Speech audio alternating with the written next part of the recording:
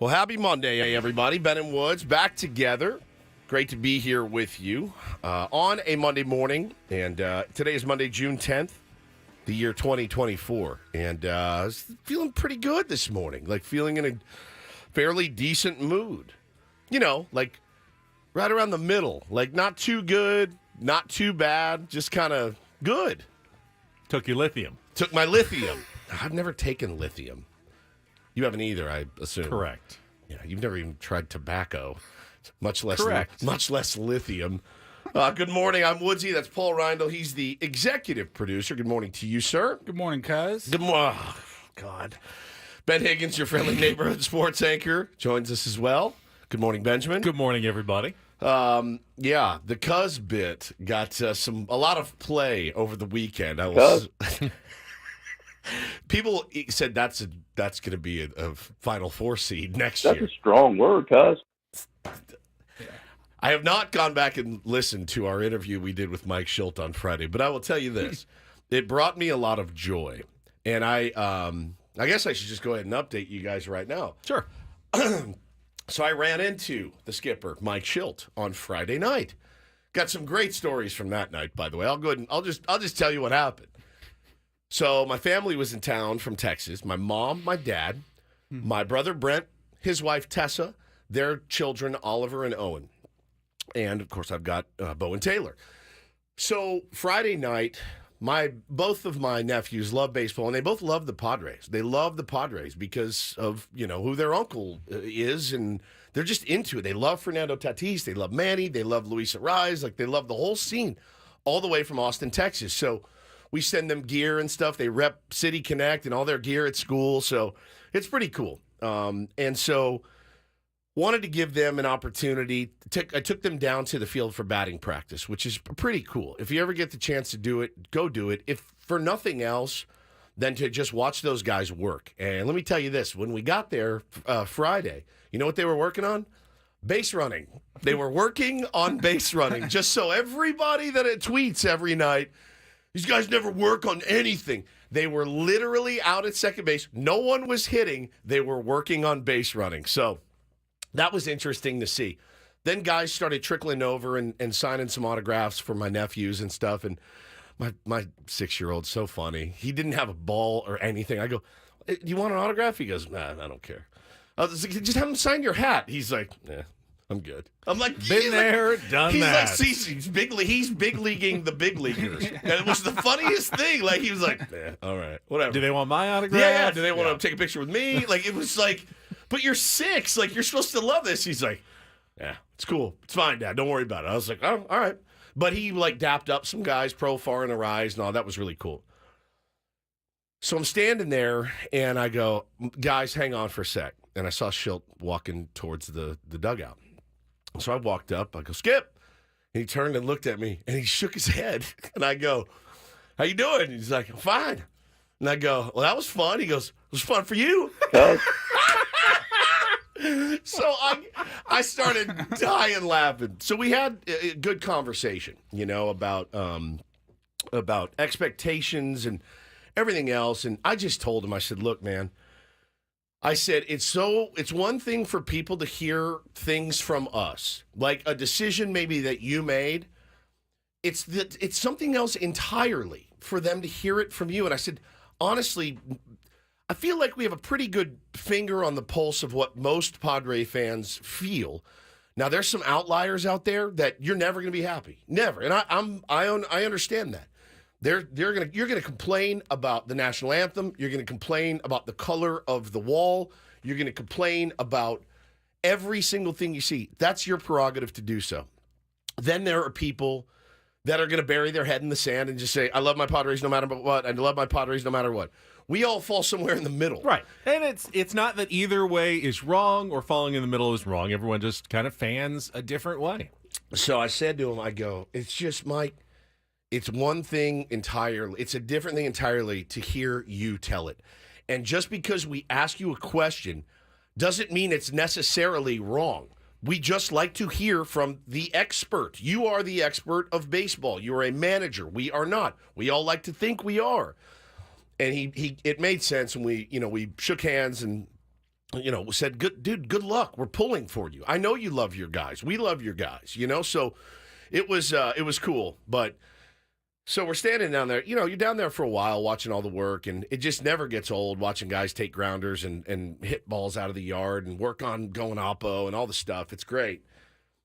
So at one point, though, we're kind of done. Everyone, my nephew Owen had gotten everybody he wanted to get. Every player that he wanted to get, he got. So it was really cool. He was really excited. So we were walking off the field, and I looked over, and I saw somebody, and I go, I need to say hello. And it was Sheil Seidler. And I have never met Sheil before. Now, we had done the radio show when Peter passed. We did 4 hours, a tribute to Peter. And we found out later that she and the kids were listening that day. And she wrote us a very nice card and thanked us for the show that we did that day. And it was very special to me, and it was very special to you guys as well. Mm-hmm. So I got to go and say hello to her. And so I did. I met one of Peter's daughters, and I was shaking hands, and it was just a lovely conversation. And out of the corner of my eye, I look back, and I see my dad, and he's talking to someone. He had wandered off. He had wandered off a little bit, off the course. You don't have one of those leashes around his wrist where you'd make sure you keep him no more than like 4 or 5 feet away? Next time. Because I turned around, I looked over my shoulder, and there's my dad, Gary Woods. Oh, my God. Chopping it up with A.J. Preller. And I almost vomited in my hands. I go, oh, my. I couldn't hear one word. Now, put yourself in my shoes. I'm talking to the widow of our beloved owner, and I'm so grateful to meet this beautiful, classy woman, and I just want to give all of my attention to this conversation. But now that I see what's happening out of the corner of my eye, oh no! Human nature is I'm looking at her nodding, going, sure, yeah, sure. No, I know, right? Yeah, no way. Yeah, no, he was awesome. We loved him so much. And I'm looking over my shoulder, and I see my dad over there, like, and I'm like, I don't talk to A.J. Preller very much. Gary's over there. So what would a package look like for Vlad Guerrero Jr., just in your opinion? Paulie, I almost effing threw up. Holy crap. And I'm sitting there going, oh, no, dude, what is he doing? What is he doing right now? How much do you make before taxes every year? Man, yeah. Hey, what? The Austin Nola deal, you care to explain that? So when you travel, do they pay for it, or do you get reimbursed by the team? Bro, you get those miles? I'm in hell. I am in hell. And I'm looking back, and I was there for a good 5 minutes. So we're walking back to the deal. Though, I forgot to tell you another part. We're standing by the dugout, and I think it gets worse. Yeah, it does. We're standing by the dugout. This guy, he's unreal. Jurickson Profar's done with his work. He's got his bat in his hand, and he's walking down the clubhouse stairs. This is way worse, actually. I'm in the front. My dad says this. Hey, can I stop you for a second? Well, no. So I go, what? And he goes, what kind of bat do you use? And Jurickson's looking around like, who is this? And Jurickson holds up his bat. Is that ash? Is that maple? It's funny that you say that. So he looks at it and he goes, Victus. I've never heard of that. Is that new? And I go, Dad, it's not new. No, Dad, just stop. Shut up. It's not new. Jurickson, go. Go to work. Please, go to work. And Jurickson's like, all right, bro, see you later. And then my dad goes, what are those? There's ash or those maple? Just like you said. You're standing behind your dad, looking at Jurickson, going, just go. What are you going to do with that information? What are you going to buy a Victus? You don't play ball? What are you going to go buy one? Oh, you need to get one of those. For what? So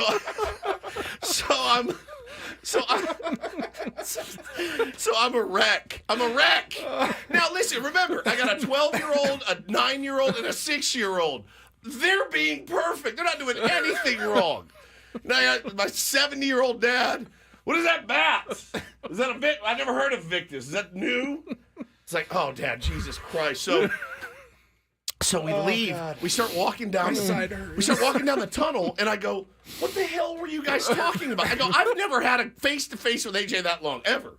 And he's like, "Oh, Like not one-on-one. He goes, I asked him about the trade deadline and how the deadline's going to look this year. And I'm like, if you want a job in sports radio, go get a job in sports radio. All right? I don't go to your conferences and be like, what's the market going to yield this year for, what are you charging a square foot? Sitting there with a drink in my hand at some real estate convention. Oh, God. Wow, that's high. You sure? It feels like you're stealing from people. So I'm dying laughing, right? So he goes, yeah. He goes, I told him, like, I bet you thought the Guardians were going to be a team you could pull from, and you can't now because they're playing so well. I'm like, all right, just lock it up, dude. Lock it up. Lock it up and be normal. Just lock it up and be normal, please. So, but, all's well that ends well. We had a great time. I mean, that's on the Mount Rushmore of Gary stories. Bro, there's no doubt. It's up with the Terminator. It's up with all of them. It's incredible. What kind of bat do you use? He stopped him. We weren't engaged in conversation, and he curiously said, "Oh, what kind of bat is it? I've never seen that before." He goes, "Can I stop you for a second?" He's off to go change into his uniform. Yeah, get ready. I got a game to play. I'm a wreck. So that was incredible. And it was fun, man. It was fun. I got to see all the guys and say hello, and of course, for my nephews, it was really special, and it is all, it's fun. Like, my pops got to see me in my element, too, which was really cool, and it was a lot of fun. And then, great game, phenomenal game on Friday, I do have to Saturday. I do have to point out that Jurickson did go deep that night, and twice in the series after his interaction with Gary. Probably because my dad fingered his bat on his way down into the clubhouse, but... Yeah, it was priceless. It was one of those priceless dad moments. I love you, Dad. You're the best. Like, don't ever change, because this is the most elite content that we can get. But it was a great time with them, and I went to dinner with my mom to celebrate her 70th on Saturday at Monarch. Have you been to Monarch? It's beautiful. Is that the one in Del Mar on the top level? Yeah, I have been there, man. For brunch. Gorgeous place. Had a great room. And had dinner and all that, and then we said goodbye and had the Tier 1 game yesterday. It was really a lovely weekend, and I'm in a really good mood. And, listen, it's a split, and we'll talk about a split. Split shouldn't make you feel sad. Split shouldn't make you feel good. Split puts you kind of right in the middle, as usual. So we'll talk about all of that today. Well, nothing nearly as exciting, I think, happened for me. We'll talk about what Paul and I maybe did at some point later in the program, but I want to get going because we have a good show coming up here on a Monday. We'll set the menu when we come back, but I do want to let everybody know Oakland A's are in town tonight, and joining us at 9 o'clock, if you want to circle it this morning because we're looking forward to it, the manager of the Oakland A's, Mark Kotsay, is going to be with us, former Padre. Always was one of my favorites. I got to cover him up close. For pre- and post-game back in the early 2000s when he was the starting center fielder every day. So we will talk to Mark Kotsay coming up at 9 o'clock. We'll let you know the rest of the program when we set the menu coming up next. But we are started. Another week of Men and Woods underway. We'll check traffic with Kelly and then off and rolling till 10 o'clock on San Diego's #1 sports station, 97.3 The Fan.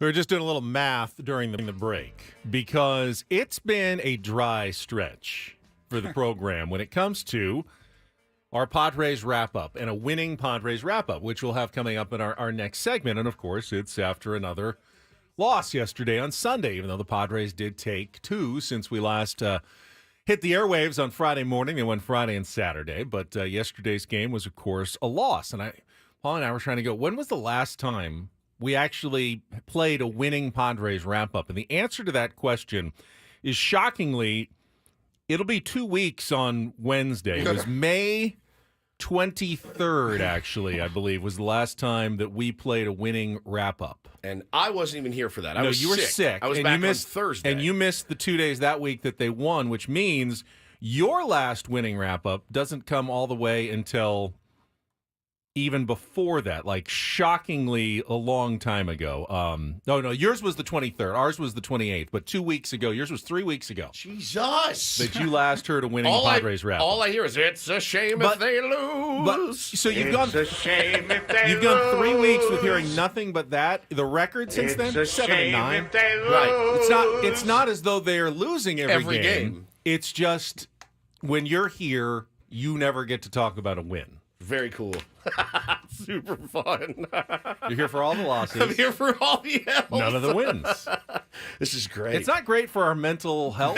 No. We need a win sprinkled in every once in a while just to kind of be nice. Mix things up. Otherwise, it sounds like we're very negative people. Well, you'd sound like negative people as well if they only put you on the air after every single loss and not every win. Yeah, correct. Like, hey, you're the losing post-game show host. You come in after the team loses. And this guy here, he's the winning post-game show host. He gets to come in after the team wins. Guess who everyone's going to like more? Yeah, the winning post-game show host. Correct, man. Correct. Yeah, it's been a while. But, yeah, I mean, obviously they did sprinkle in a couple of really nice wins over the weekend. Yeah. And yesterday was a bit of a turd. And speaking of mental health, I really, yesterday, man, I had it on. We had our game in the morning. Paulie and I did, and we dominated. Tier 1s are on a nice winning streak right now. And got home and went to Gaga's house, which is my kid's grandmother. And a bunch of kids were over swimming and parents that we love, and I coach and kind of our T-ball family. Had the best day, man. And I grilled up burgers and hot dogs, and I had the game on my phone. And I'm like, all right, here we go. Oh, Tatis hit a homer. Yeah, right. I'm like, this is great. 1-1. Sitting there eating lunch. By the time I finished my burger and potato salad, it was 7-1. And I go, that's it. I look around. I'm at a beautiful, there's a beautiful pool. We're going to play, pickleball and all this stuff. And I go, no, not today. Not today, Satan. You're not going to get me. And I turned it off. Best thing I ever did. I checked in on the score later, saw it was 9-3. And I said, I'll let Benny explain this one to me. Fine. I went to the game. I saw enough to know, this is no good. Yeah, I went on my way to work yesterday at Channel 10, but I didn't get there until the top of the second. So I sit down immediately. They give up 6 runs, and I did see Jurickson's home run, but then I had to head out a couple of innings later and get to work. So I can definitely explain what happened to Adam Mazur yesterday. Saw it with my own eyes, and it's not actually a giant mystery what happened to Adam Mazur yesterday, but we'll go through it in our Padres Wrap-Up, talk about the other games this weekend as well in the first half of our show. We've got a brand new Las Vegas trip to give away on Take on Woods this month, a trip to the Fontainebleau. Your first chance to qualify comes up at 7:10 this morning. Had some wild things happening in baseball over the weekend. We'll hit on some of them in Don't Do This at 7:20. And then in the second half of the show, Sammy Levitt will join us at 8:35 in season Sammy. And, of course, as I mentioned, Mark Kotsay, the manager of the Oakland A's, in town for a 3-game series. That's a team that's not as bad as people thought. No. They're not going to be a playoff contender, but they've got some interesting players, interesting pieces, and they could absolutely ruin your week. Ruin our week here in San Diego. No doubt about it. I'll tell you what, man. They play really hard. And it's funny, I was thinking about this with Kotsay coming on at 9. I don't really care much about asking him, the manager, about what the front office is doing and the move to Vegas. I don't. It's going to be so long. Who knows if he'll be there? I want to ask him specifically. The odds are he won't. With Major League Baseball managers, the odds are it's beyond his tenure. But the odds are he should. It's one of those situations like it's like Brandon Hyde in Baltimore. You were with us when we were shoveling crap. You deserve a shot when we are good. And I think Mark Kotsay fits in that mold perfectly. There's also extremely high odds that he's not going to come on, even if you did ask him that question and be rip like, ownership. Oh yeah, John Fisher, F you, Right. and But what I care about with Kotsay is what an interesting day one this season, sitting down and looking around at what you have and going, okay, I got to get the most out of this town. He's like a real life butter maker. I mean, This Mason Miller guy seems yeah, like yeah, he's pretty interesting. good, but he's like butter maker. But He's got to figure it out. And I don't know what Mark Kotsay's current contract is, but if he does well, if I'm Mark Kotsay, I am not signing an extension in Oakland. I'm waiting until I become a free agent, and then I go, anybody else with, payroll be interested in seeing what I can do with their team? He's done some good stuff, man. While they play in Sacramento for the next 3 years coming up. And he's a guy I root for, obviously not this week, but Mark Kotsay's definitely had him on my old show many, many years ago, and just love the guy. What a great, great baseball dude he is. If you want to go to that game, we'll also be giving away some tickets in and around that Mark Kotsay interview for tomorrow's game, Padres A's. It's the Joe Musgrove basketball jersey night for the first 40,000 fans. You can get your tickets at padres.com/tickets, but we'll be giving away a pair coming up later in the program today after Mark Kotsay joins us, so stay tuned for that. We'll finish with a Reindl Report, and then that'll be it for our Monday show, but it should be a good one, should be a busy one, and hopefully will be a fun one this morning. I'm already seeing everyone talking in the chat about your trip to Petco Park on Friday with your family. It was unbelievable. Epic, legendary story Gary's from trip Woods. to Petco Yeah. Park. Yeah.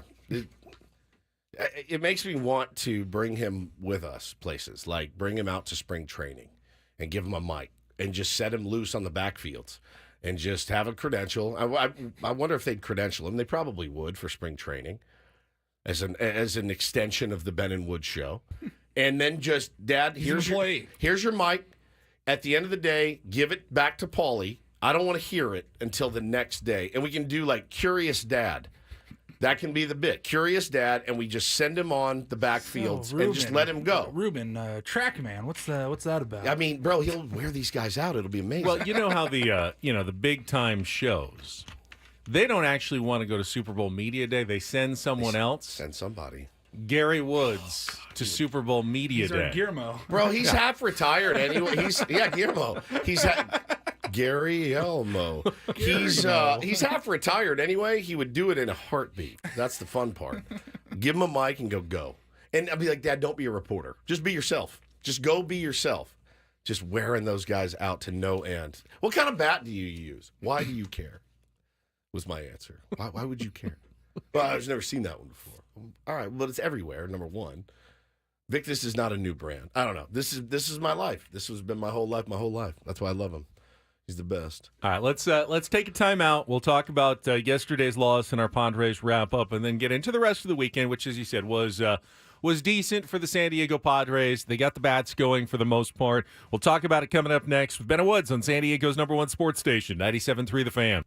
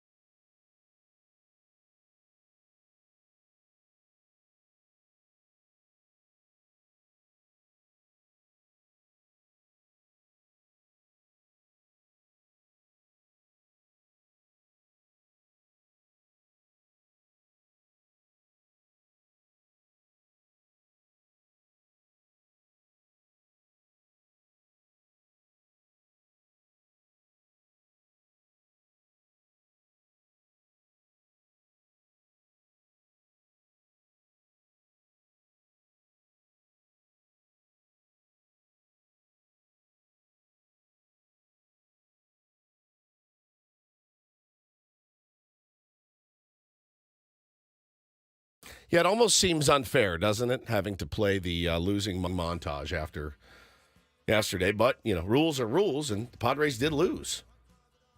Yeah, I'm trying to think of a loophole. That Maybe play them at the same time? We don't have montages for Friday and Saturday. We only have yesterday's montage. Sure. And it would be weird to play the winning montage After you in lost. front of losing highlights. We need to get a board, like a whiteboard, in this studio. Yep. It's been this many days since we've had an office. workplace accident. Workplace accident. It's been this many days since we've talked about a Padres win. It's been 84 years for me. It's been 83 weeks, I think, since I've gotten to come on the airways together. Now, that was a heck of a win last night. Well, yesterday's loss wasn't a big mystery, but we'll get into it after a check of traffic here on 97.3 The Fan.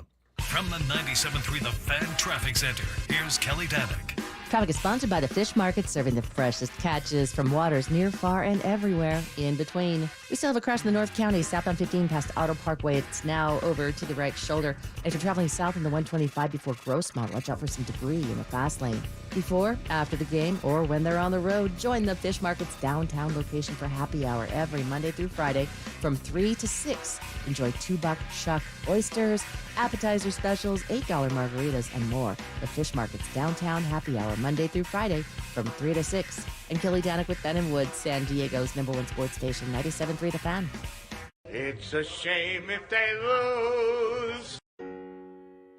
Oh, a shame indeed. It's a complete crap. Oh, I did not like that. Here are the lowlights from yesterday's game. Are you kidding me? Boo. It's the Padres Wrap-Up, presented by Hamul Casino. With thrilling slots and tables and all the best rewards, Hamul Casino has all the fun you're looking for. Hamul Casino, fun above all else. We'll give it 16 minutes of sulk, and then we'll, get back on the bump and figure it out. It's not your fault. 1-2. Walker swings, lines it sharply into left field. Profar charges it, plays it on a hop. Gonna wave Carroll, he's on his way. Throw to the plate is up the first base line. An RBI single for Christian Walker, and the Diamondbacks take a 1-0 lead here in the first. 1 out, nobody on. The 2-1 pitch. Fernando swings, hits it in the air to deep center field. Carroll's back to watch. This one gonna go! Tatis ties it with one swing in the first inning. His second homer of the series, and what a way to set a new career high. 15-game hitting streak for Fernando, and he does it in style. Here's the 1-1. Peterson hits a ground ball through the right side into base hit. Newman has scored. Carroll's being waved. Fernando comes up firing the throw to the plate, not in time.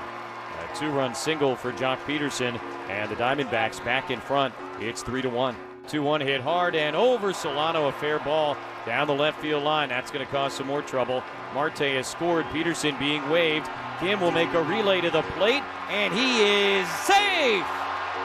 Campusano had the ball waiting for him.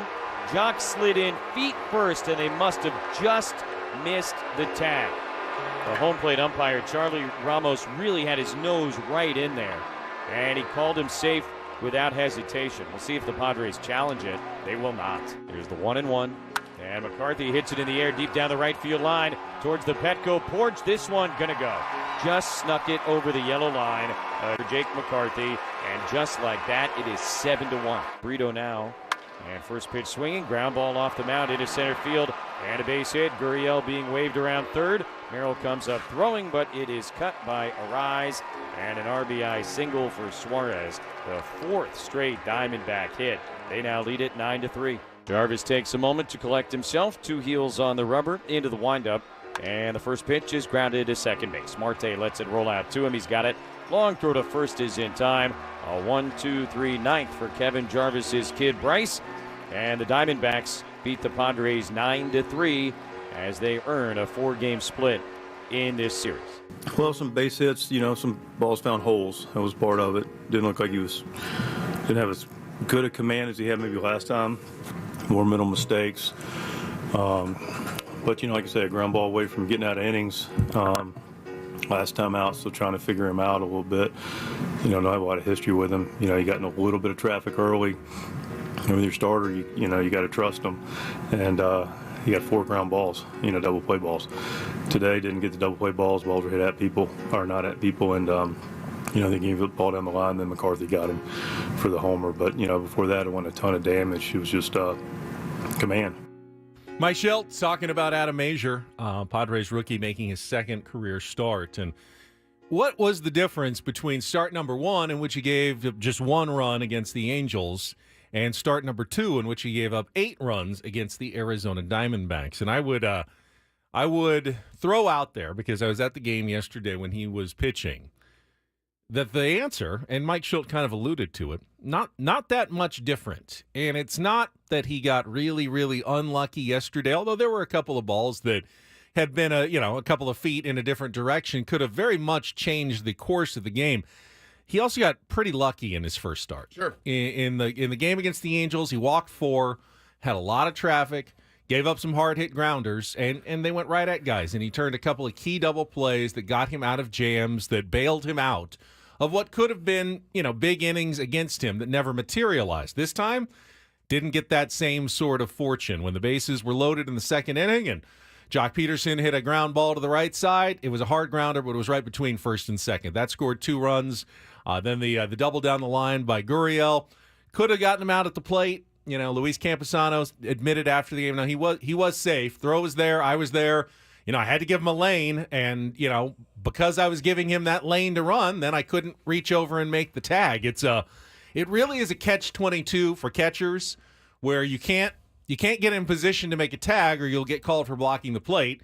But even if you have the ball, then you're too far away to make the tag in many situations, and thus the runner gets in safely. You can't.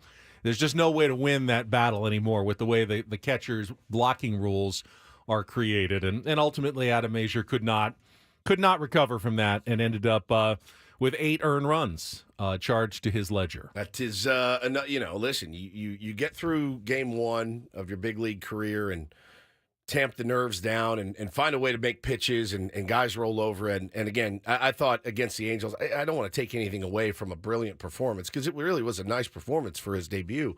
But again, you're talking about guys up there hacking first pitch after, he's all over the place and grounded into double plays. That's not a recipe for sustained success when you don't have nasty swing and miss type stuff. So if he's going to be effective, his control has to be perfect. So I don't know what to look for or expect from Adam Azier.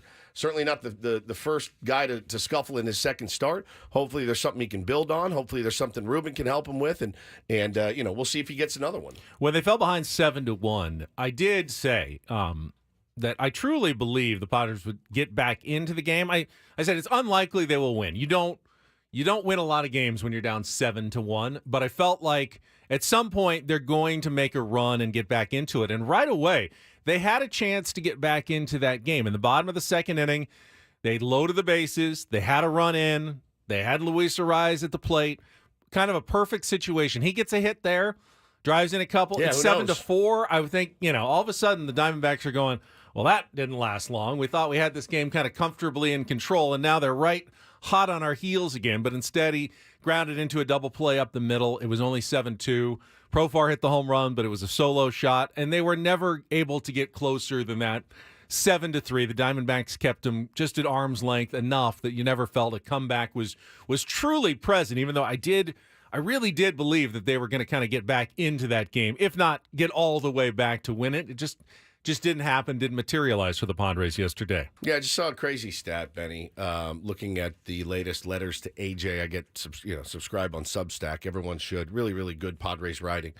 Still in the hunt is the topic of this bottom part of it. It says the upshot is, despite going 2-6 over the last 8 games, they're still in sole possession of the second wild card spot. There are 7 teams within a game and a half of closing in. Doesn't get any closer than that. Last week, a missed opportunity, but also another week survived, still in the hunt. White-knuckle baseball all season, and there's no sign that's going to stop. And I like that characterization of the San Diego Padres as white-knuckle baseball. That's exactly what it is. I mean, it is exactly what it is. You're white-knuckling your way through yesterday's game. Obviously Friday and Saturday we all could ease up a little bit, and Padres went and laid the wood to them both nights. But I'm telling you, man, here we go against the A's. We're going to be white-knuckling 3 games against the A's this week. And again, like he said, there are people nipping at our heels right now. This is another huge, huge week for this team. What was inevitable, though, was that at some point, injuries to 4 of your 5 highest paid players going to come back and bite you a little bit at some point. And the Padres, even though they had lost 5 in a row, none of those you felt were really necessarily a product of the pitching injuries because they got such good starting pitching. But at some point you felt like missing Yu Darvish and Joe Musgrove, missing Xander Bogaerts and Manny Machado is going to lead to a game where a pitcher who is put into a situation that he's not quite ready for is going to have a bad day. And that was yesterday. That was yesterday when Adam Mazur, they had film on him from the first game, didn't have his stuff, a rookie, let things get out of control, and you didn't have, all your big boppers there to try to come back and save you in that game. It's almost remarkable that it took so long since they put both guys on the injured list that the Padres did have a bad pitching start like that. And those are going to happen when your depth is tested. And any team would be challenged to, have their depth tested when you have those many, top players out at the same time. Well, I mean, listen, I don't know. Every team suffers injury, certainly. But in that week of crap games that they lost, Benny, they were elite at run prevention. Elite. And, missing a couple of offensive stars that haven't really given you a lot on offense this year. I don't know. I mean, they were second only to the Yankees, who are allowing 3.28 runs a game. Padres allowed in those losses 3.4 runs a game. So, again, I love that they were in those games. I love that they didn't get bodied in those games. Yesterday, maybe the outlier in the last 10 days or so, last 8 days or so. Yeah, the other guys that are in there needed to honestly continue what they've done all season long. And, are we missing Xander Bogaerts' production right now? We're missing the potential of what it could be. Are we missing Manny Machado's production? I think we're missing the potential of what it could be and has been at times. But, it's unfortunately one of those things where the other guys got to step up. Well, and the offense hasn't been terrible. And I know you're going to go, well, how did they keep losing games 2-1 and 3-2? Yeah. They just didn't get hits with runners in scoring position. They had opportunity. Yesterday was the first time in 10 games that the Padres were out-hit by their opponent. With the kind of pitching that they've been getting, you would think, okay, what are they, 8-2 in those games? No, they're 4-6 in those 10 games. They have not gotten the clutch hits. Yesterday was the first truly game in which the Padres were just outplayed. Top to bottom, they just got outplayed yesterday. That's going to happen. I'm not going to wring my hands about yesterday's loss. It's still the ones from last week. The games that they could have had, that they should have had. For sure. That they could have had a cushion over all those teams that you said the log jam that is currently in the National League is nuts. Cubs, Braves, Padres. And then 4 teams are tied for the third wild card spot. It's the Cubs, Cardinals, Reds. Giants, and Reds. Yep. And then you've got 3 more teams that are within a game and a half in the Pirates, Diamondbacks, and Nationals. Yeah. I mean, everybody... And the Mets are only 3 games back. The Mets are 3 games out. I mean, honestly, the 2 teams that are the out of it are Colorado and Miami.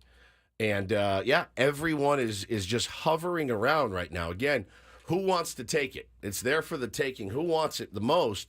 And we will see. I mean, you see what the Cincinnati Reds. That's the thing I wanted to bring up. What have they won in a row? They won at one point 8 in a row recently. Maybe it's. I don't know how they did this weekend, but it was at one point they won 8 in a row. This weekend, I think they split with the Cubs. 4 games with the Cubs. Okay. So to get to that point, though, they had won 8 consecutive games. 8. The Cincinnati Reds. Are you going to tell me that the Cincinnati Reds have a better baseball team? And I understand it's opponent dependent, but we played some crap opponents and got swept.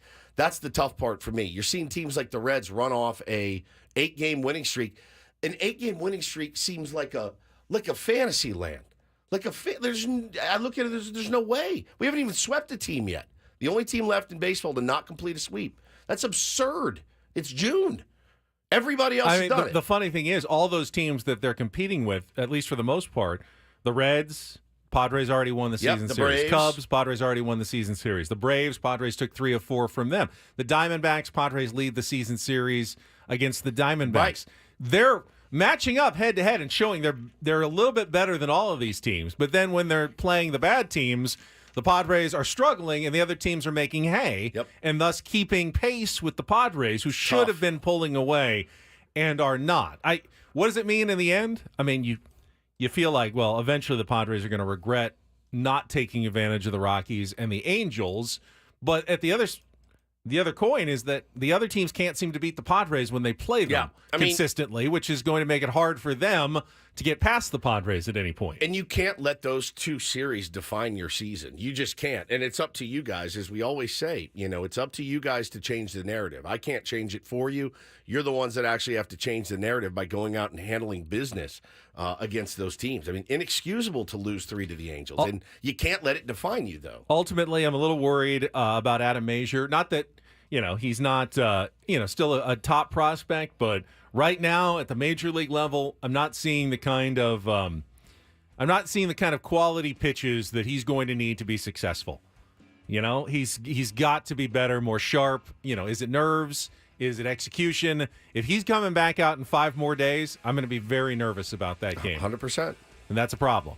All right, we'll come back. We got Take on Woods ahead. We got a brand new Las Vegas trip to give away, a trip to the Fontainebleau, your chance to win coming up with Ben and Woods, the 97.3 The Fan.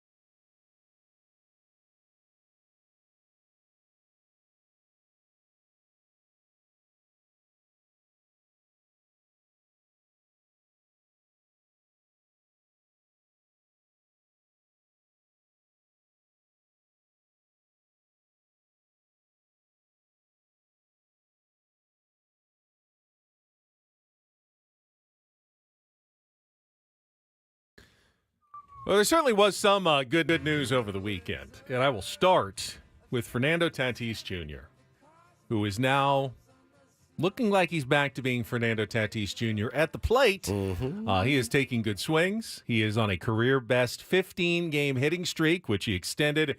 Just a beautiful home run in the first inning yesterday. A pitch that we were watching the highlights again this morning. 93, absolutely on the outside corner. Didn't overswing.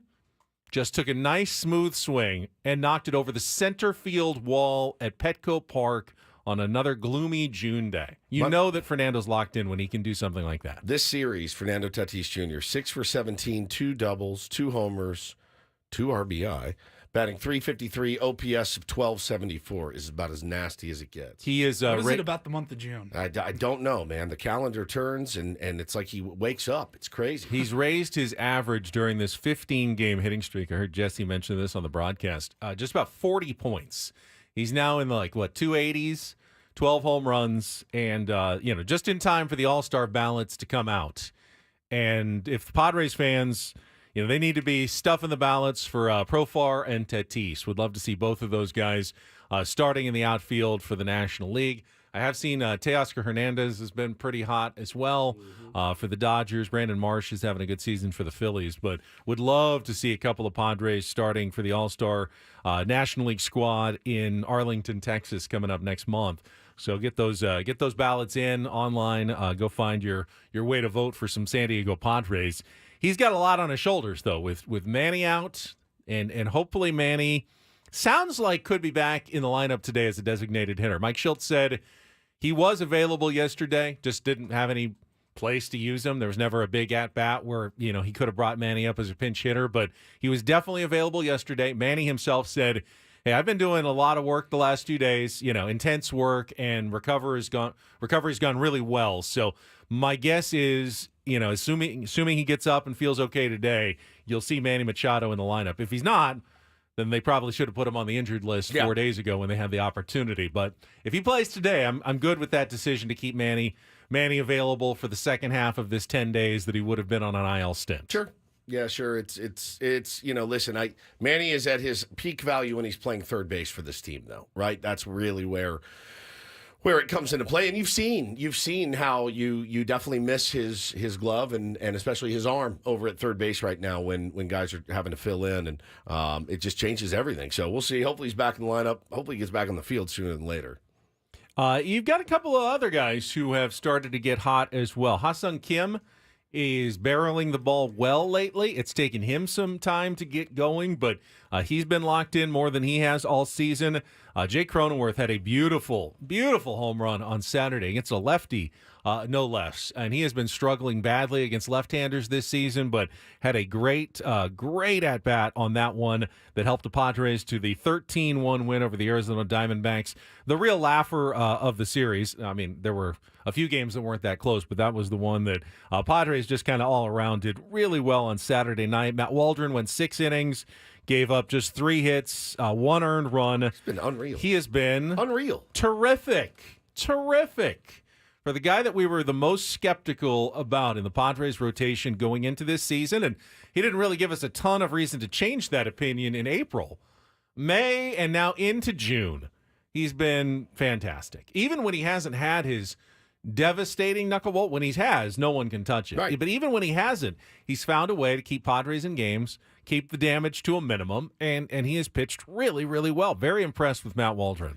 They backed him up, offensively on Saturday night so well too. I mean, he got out of jams. He was fantastic, man. He's been a revelation, and whatever he's working on, Benny. I started to talk to Ruben about it a little bit, and then out of nowhere, Tom Candiotti, the old former knuckleballer who had an Arizona Diamondbacks logoed shirt. He's one of the broadcasters. Yeah, he's one of the broadcasters. He came over, and I said, I'll let you guys chat.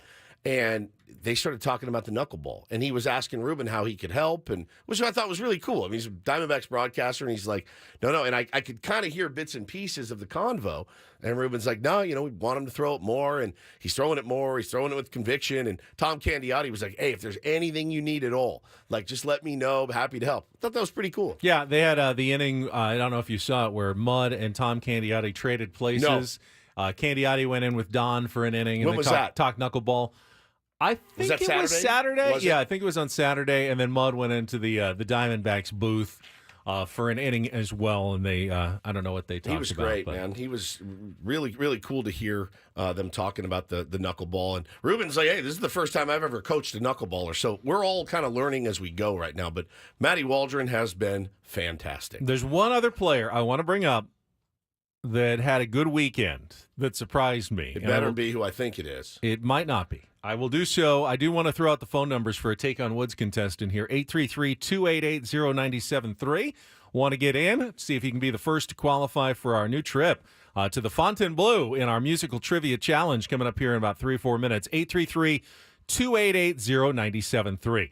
I was pretty much ready, along with quite a bit of the Padres fan base, if I have followed correctly along social media, ready to give up on David Peralta a few days ago. I thought you were going to say Kyle Higashioka. That's what I thought. You can mention Higgy as well, but David Peralta looked like perhaps he was washed up and over the hill. And the last few days, he has swung the bat much better, including Saturday night when he went 3 for 3 and reached base all 5 times. Had a hit yesterday as well. I don't ever see him as being a guy that's going to be an anchor to a lineup or be able to put a team on his shoulders, but David Peralta can be a useful piece against right-handers if he can get a little bit hot. And it looked like it wasn't ever going to happen, but maybe, just maybe, all of a sudden, a couple days, he's upped his average into what, like 260 territory. 5 for 12 on the weekend. Yeah, so, that's a positive sign Extra there. base hits. Higgy, 3 home runs in his last, 9 games? Barreling the ball and should be getting more opportunities. Now, Campy had a 3-hit game over the weekend as well after the long 0 for stretch for both of them. Both Padres catchers showing some signs offensively. Higgy is still, I think, the superior defensive catcher of the two as well. So when he's hitting, you really do need to take advantage of that and get him into the lineup, I would say, a little bit more often. You're going to need both of those guys all season long. But, Higashioka has taken some better at-bats lately. No question about it. And, before he was just not getting a lot of opportunity to do so. And didn't make the most of every opportunity he had, certainly. But it's nice to see him. He's a good dude, works really, really hard, and was tasked here with a very unenviable job. Hey, I need you to catch this knuckleballer who's not really a knuckleballer. And then, get 3 hits every time you play once a week. Tough to get it going, but really nice to see him, like you said, hitting some barrels and playing good defense and helping the team win. One other observation from Saturday. So they had 3 more 4-run innings in that game. Yep. They all came in the first 5 innings of the game. And the Padres once again lead baseball in innings with 4 or more runs scored, which is crazy when you think about it because they're not like right at the top of baseball offensively, but they are the team that more often than any other team strings together big innings. And when they do, they almost invariably win those games.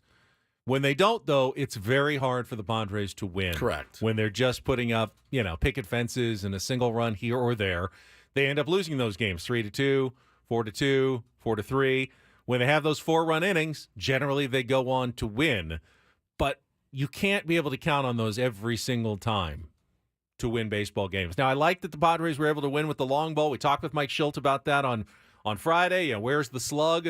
And, of course, the slug, their ass off, the slug returns over the weekend. If that holds, then I've got some optimism going forward that the Padres can be a sustainable, get above 500 and stay above 500 team if they get the kind of slug we saw over the weekend. Yeah, don't bunt. Not with your 3-hole hitter. He had Who hit 2 home runs this weekend. Yeah, hit 2. Yeah, maybe don't just swing away. How about that? Very capable. It's because I love you. I'm telling you not to bunt. You're too good.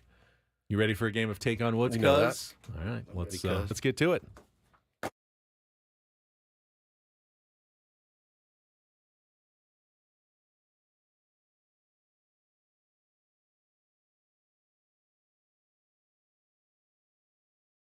Take on Woods brought to you by Valvoline Instant Oil Change. It only takes 15 minutes. You don't have to get out of your car. For directions and discounts, go to SoCalOilChange.com. That's SoCalOilChange.com. I see we got Daniel on the line. Daniel, good morning. Welcome to Take on Woods.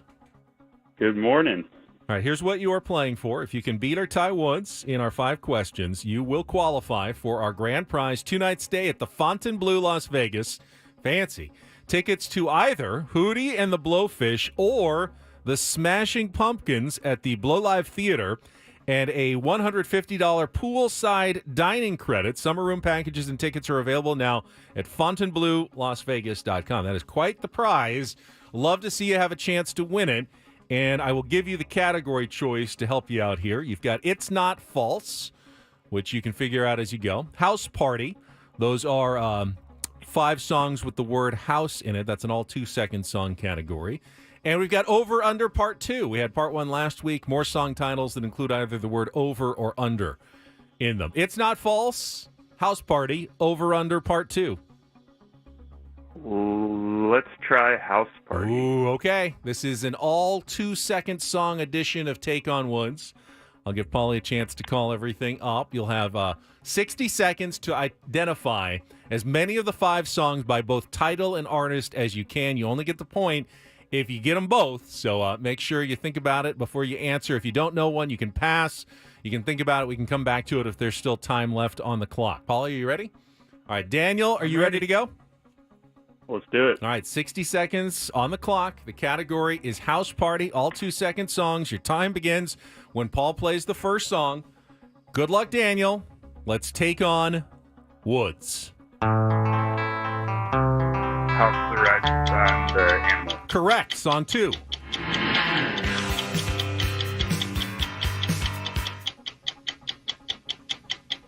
Our House by Talking, or Burning Down the House by Talking Heads. Incorrect. Song number 3.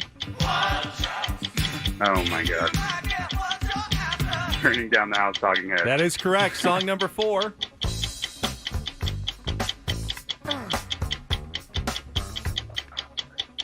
Is that Brick House by the Commodores? That is correct. And song number 5.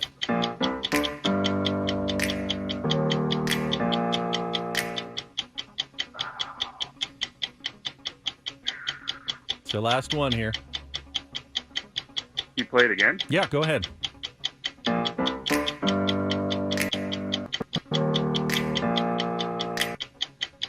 I know this one.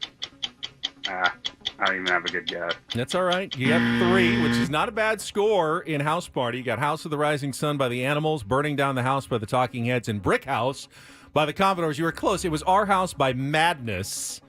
And then the last one was My House by Flo Rida. So you got 3. Is that enough, or at least the tie, maybe? Hang on the line, Daniel. We'll see. As Woods comes in, I will tell Woods that it's all 2-second songs. I will not give him the category. Makes it a little tougher for him. Okay. Daniel's score is locked in. Paulie getting all the music ready. You know how it works. Song titles and artists. 60 seconds on the clock. Woods, your time begins when Paul plays the first song. Good luck. Let's take on Daniel.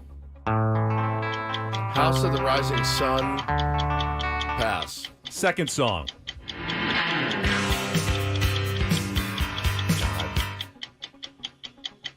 Pass. Song 3. Talking Heads. Oh boy. Wow. God, I'm all over the place. Burning Down the House. Correct. Song 4. Brick House by the Commodores. Correct. Song 5. Pass. Go back to song 1. House of the Rising Sun by Manfred Mann. Incorrect. Song 2. Our House by You need it. I know. You need Our this House one. by Time's running out. Our House. 3 seconds. I'm out. Oh! Our House by Madness. Madness! Too late! Just And remember Daniel by a Madness. 3-2 score. Son of a bitch. It's an outright win today on That was Take on hard. I was Woods. all over the place. Congratulations, Daniel. You have qualified for the trip to the Fontainebleau, the Smashing Pumpkins, or Hootie and the Blowfish tickets as well, and the $150 dining credit Wait, what? at the Fontainebleau. Smashing Pumpkins. You get a choice choose of which either weekend. Hootie Wow. or I thought they were Smashing playing Pumpkins. together. No, and they're I not. thought, whoa, that is an odd combo. They're not. There's different shows. You get to choose which one you want to go to. Yeah, the category was House Party. Okay. House of the Rising Sun by By the Animals. the Animals. Our Idiot. House by Madness you got after the buzzer. Burning Down the House you got Brick House. And then the last one's My House by Flo Rida. I'd heard it, but I didn't know they play it on commercials a They lot. do. Yeah. That was the tough one. But they at play the it on end. Padres commercials? Have I heard that Probably, song on at some Padres point, commercials? Damn it, the animals. The Animals. And Madness. Oh, I would have tied it. Son of a... Good game today. Good game today. Congratulations, Daniel. Paul will get your information during our break. Don't go anywhere. We'll come back with Don't Do This. We just did that one. If you missed it, there was a couple of wild things that happened involving Padres minor league games this weekend. Bananas. Crazy stuff on Don't Do This next after traffic here on 97.3 The Fan.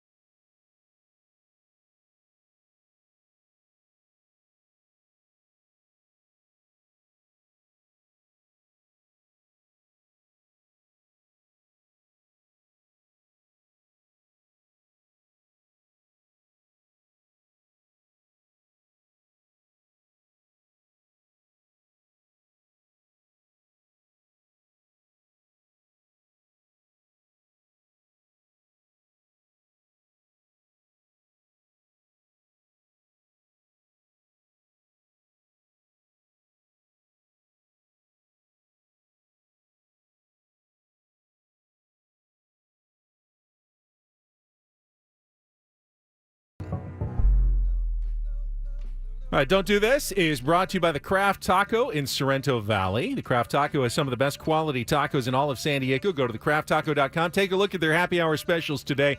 Thecrafttaco.com. And there was some weird stuff going on in baseball this weekend.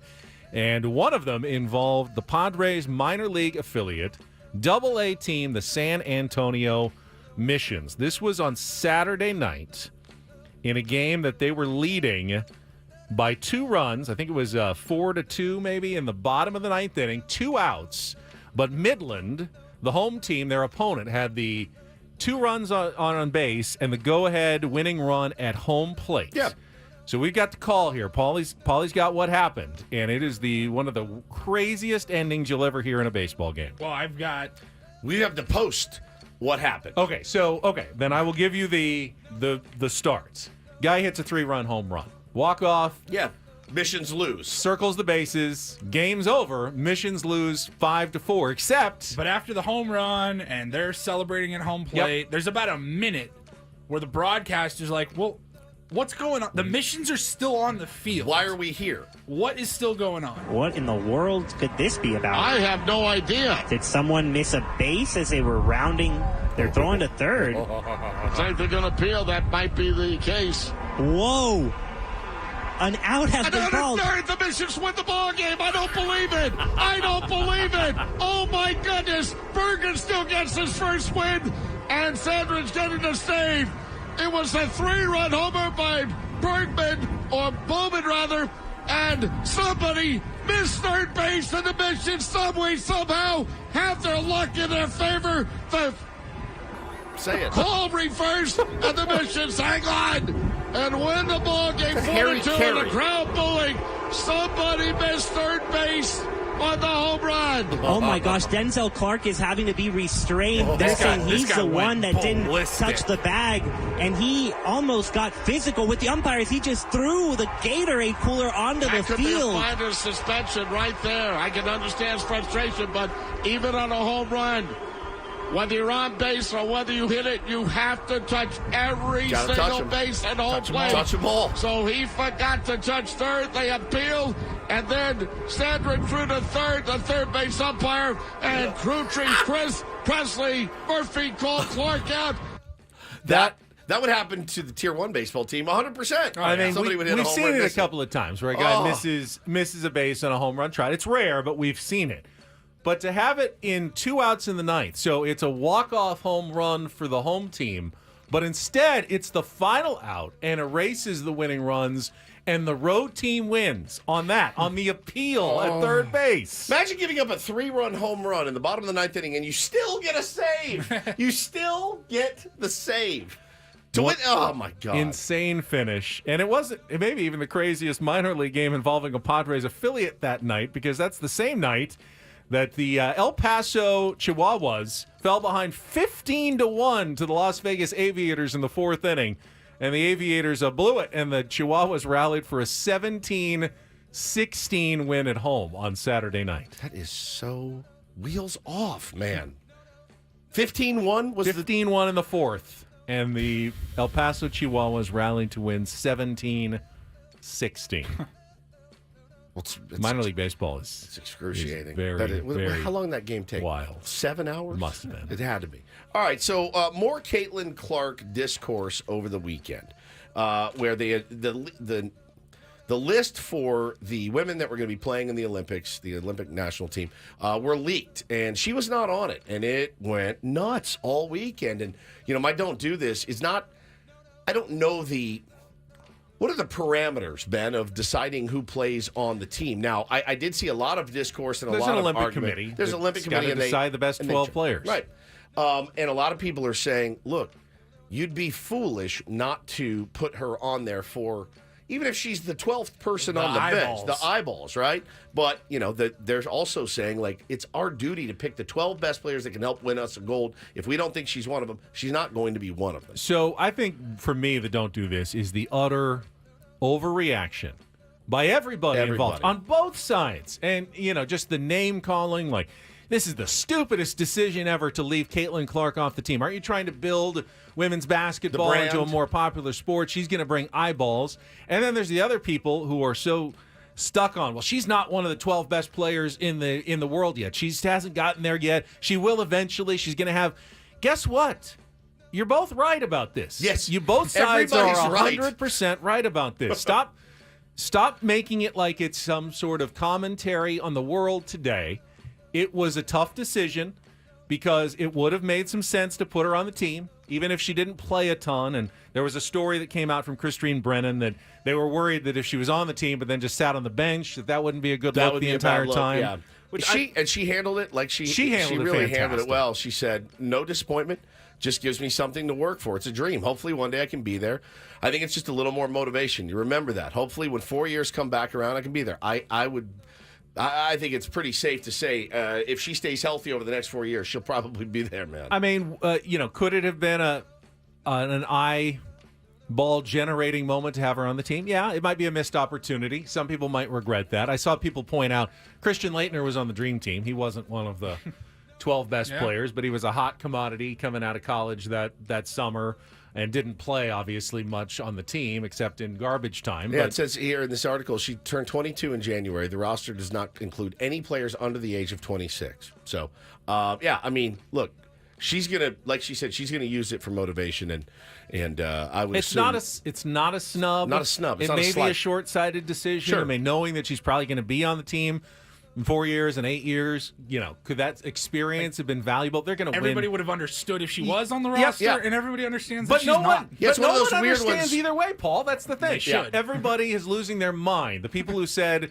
that she shouldn't be on the team are going like, you're crazy to say she should have been. It's not that big of a deal. Yep, fair enough.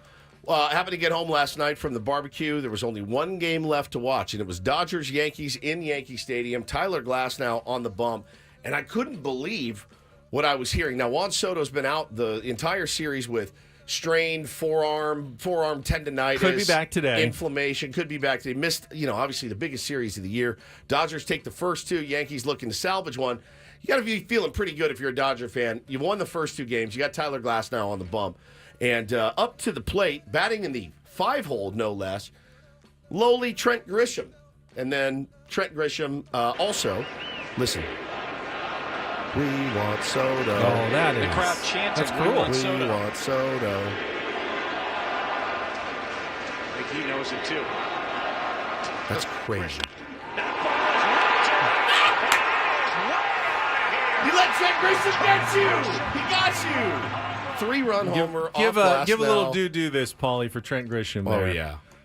DD mega doo-doo. A nice moment in what has not been a very great season for Trent Grisham in his first year with the Yankees. But to step up when your own fans are chanting for someone else to be batting instead of you and to hit a 3-run home run is pretty awesome for Trent Grisham, I think. Dodger killer. I mean, by the way, don't do this, Yankees fans. Juan Soto's hurt. He's he would hurt. be in there if he could. Yeah. So just to chant for him to make everybody feel bad about the situation, good fanning right there. Did you see Soto? They flashed to him and he had this wry smile, but he also had his head down oh God, this is awful. And Grish handled it really well. Obviously hits the 3-run homer off Tyler Glasnow. And no cheapie. I mean, this was not a Yankee Stadium home run. This was a missile. And you could feel the rage. Did Dave Roberts take exception to that? Tyler Glasnow's Hall of Famer. He's got some work to do. Only off Clayton Kershaw. But Dave Roberts is sick and tired of seeing Trent Grisham hit home runs against the L.A. Dodgers, man. Pretty nuts, but good for him. What a moment for him. And Aaron Judge actually after the game came out and said, I did not like that, Yankee fans. I did not like that one bit. Trent works his ass off. Obviously, Juan's hurt. He's a great player, but he's going to be back. But I didn't like that from our fans very much. So the captain admonished the Yankee fans after, which I think was a smart thing to do. And that is don't and do this for a Monday. That was Don't Do This with Ben and Woods on 97.3 The Fan. All right, we'll come back. We can talk a little bit about Friday's win as well. And I want to talk about this latest athletic piece that dropped this morning. It is the anonymous poll. Remember this? They did it last year of baseball players. Best and worst organizations to play for. I did not know this was out. Most overrated players in baseball. Oh, here we go. It is out this morning. Get ready to be pissed off. Always some spiciness there. We'll get to that coming up next with Ben and Woods on 97.3 The Fan.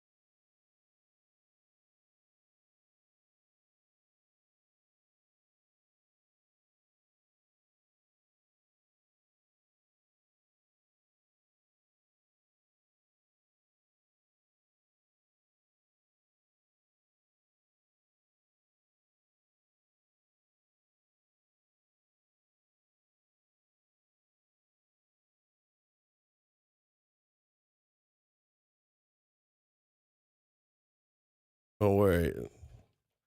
Is that Ben and Woods? Is he a great, big fat person? Well, he used to be. Then he went to SD Fat Loss. How did the Padres do in the anonymous athletic survey of Major League Baseball players? Frederica Bimmel. I can just go all day.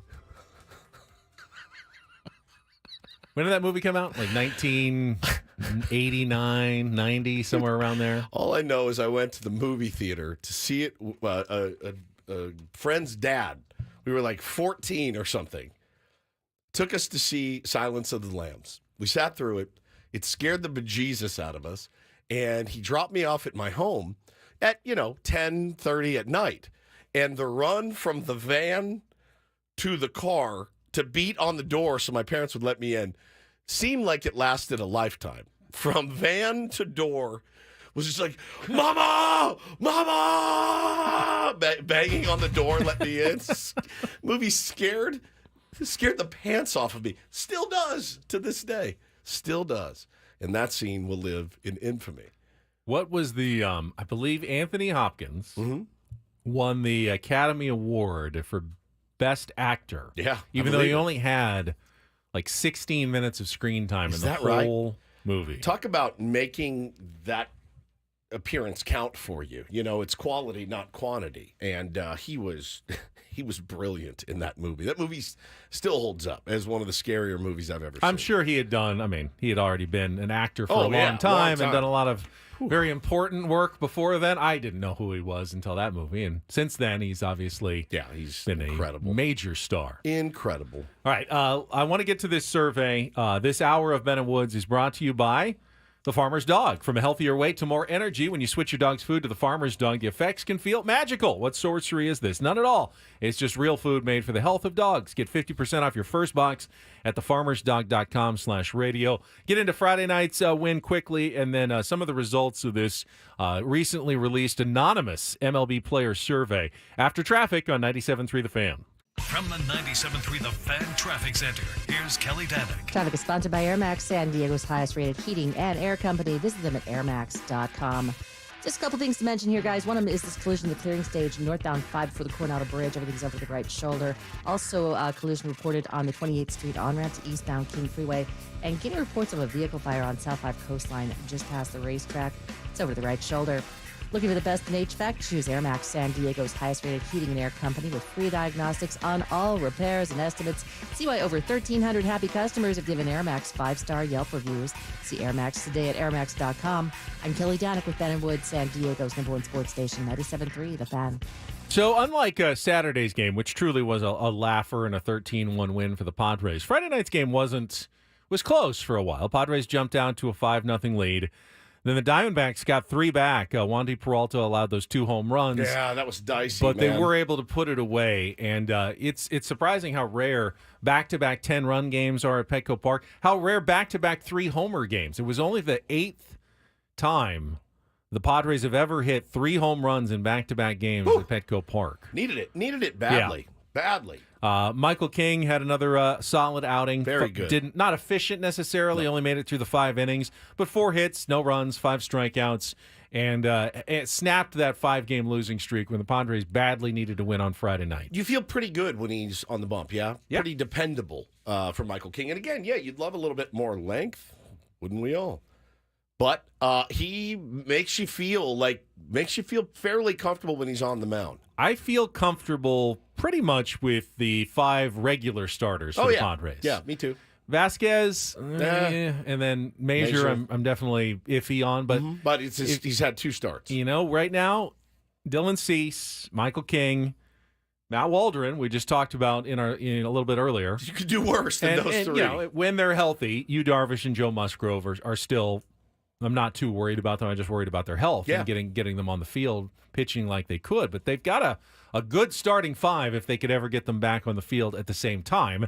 And then it's the offense has just been so up and down here and there. And I get that is true of every team to a certain extent. Just this last season and a half, it seems like it's so much more true of the San Diego Padres, the hot and the cold, the feast or the famine. Yes. For the Padres offense. A lot of that has to do with hitters hitting with runners in scoring position, but this year they've been better at it, and yet still there's been a feast or famine nature to the Padres offense. Yeah, 3 for 9 runners in scoring position on Friday night, big hits, and yeah, I mean, look, it was close, and then it wasn't. They put it out of reach and won that game pretty handily, 10-3, and yeah, I mean, 23 runs in 2 days. I mean, it's sad that you look at that, and you know, most sports, you go, man, nobody's hotter. There's nobody that can stop this offense right now. And then you run in on Sunday and you score one early, and then you have to scratch and claw for 3 runs total.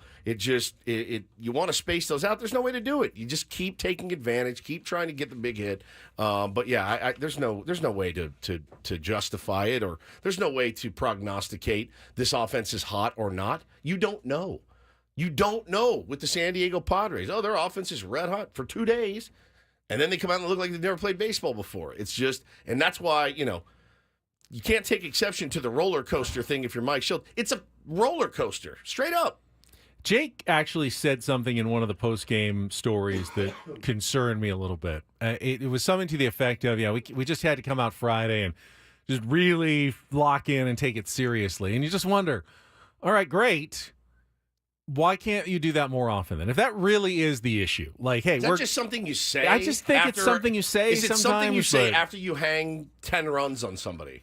Maybe, but it also is. We were locked in. It's cause for concern when you say that, because then you wonder, well, what's going on in the other games if you don't feel like you're quite as locked in. I get it. It's a long season. I'm never gonna. A one-off game here or there is going to happen to everybody. That's the thing, though, is you can't. You and Mike Schilt can. What does he call them? Outliers. They're really not. This is your team right now. 50% of your game can't be outliers. 50% is not an outlier. And again, we read some of the numbers earlier about just how close they were in some of those games against the Angels and during that losing streak. Again, the second best run prevention in baseball during that terrible streak. The offense didn't show up. The offense did not show up, again, against some pretty pedestrian pitchers. I understand you're going to run into a Ben Joyce that throws 103 miles an hour. He's not throwing every game. I understand that you're going to run into Tyler Anderson, who's got a 2.2 ERA. You're better than Tyler Anderson. You got to show up in those games against those teams that aren't good. So you haven't seen this yet from The Athletic, the I have player not. survey. I've not seen one second. You want to try to guess along a little bit with some of the answers? So they did this at least last year. I remember going through it a little bit. But The Athletic interviewed anonymously over 100 Major League Baseball players this spring, and started the season just as they've had a chance, and total anonymity. So try to be honest with your answers, and asked a series of questions, starting with number one: who's the best player in baseball? And far and away, nearly 50% of the respondents said Shohei Ohtani. That is correct. 46% of the vote. Ronald Acuna Jr. was number 2 at 26.5%. Mookie Betts and Aaron Judge came in tied for third. Best player in baseball. Not a huge surprise there. How about this one, though? Who is the most overrated player in baseball? This one was much more split.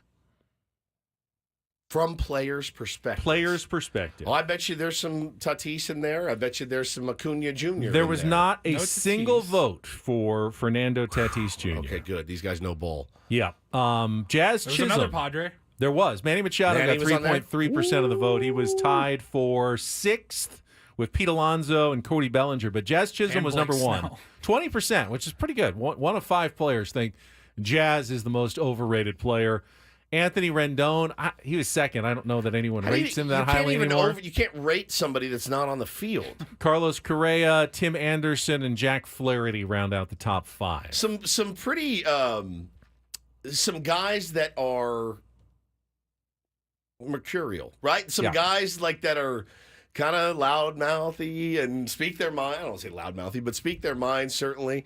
That's interesting. Here's an interesting one. Putting aside their stats and going solely on vibes. Oh, vibes. Who do you most want on your team? And they said it must be someone you're not friends with or you don't know well. Harper. I assume Jurickson Profar would win this hands down, although I don't see a single vote for Jurickson Profar. I think Tatis was like, he got 1 vote. One vote? Yeah, just like 1 vote. Aaron Judge?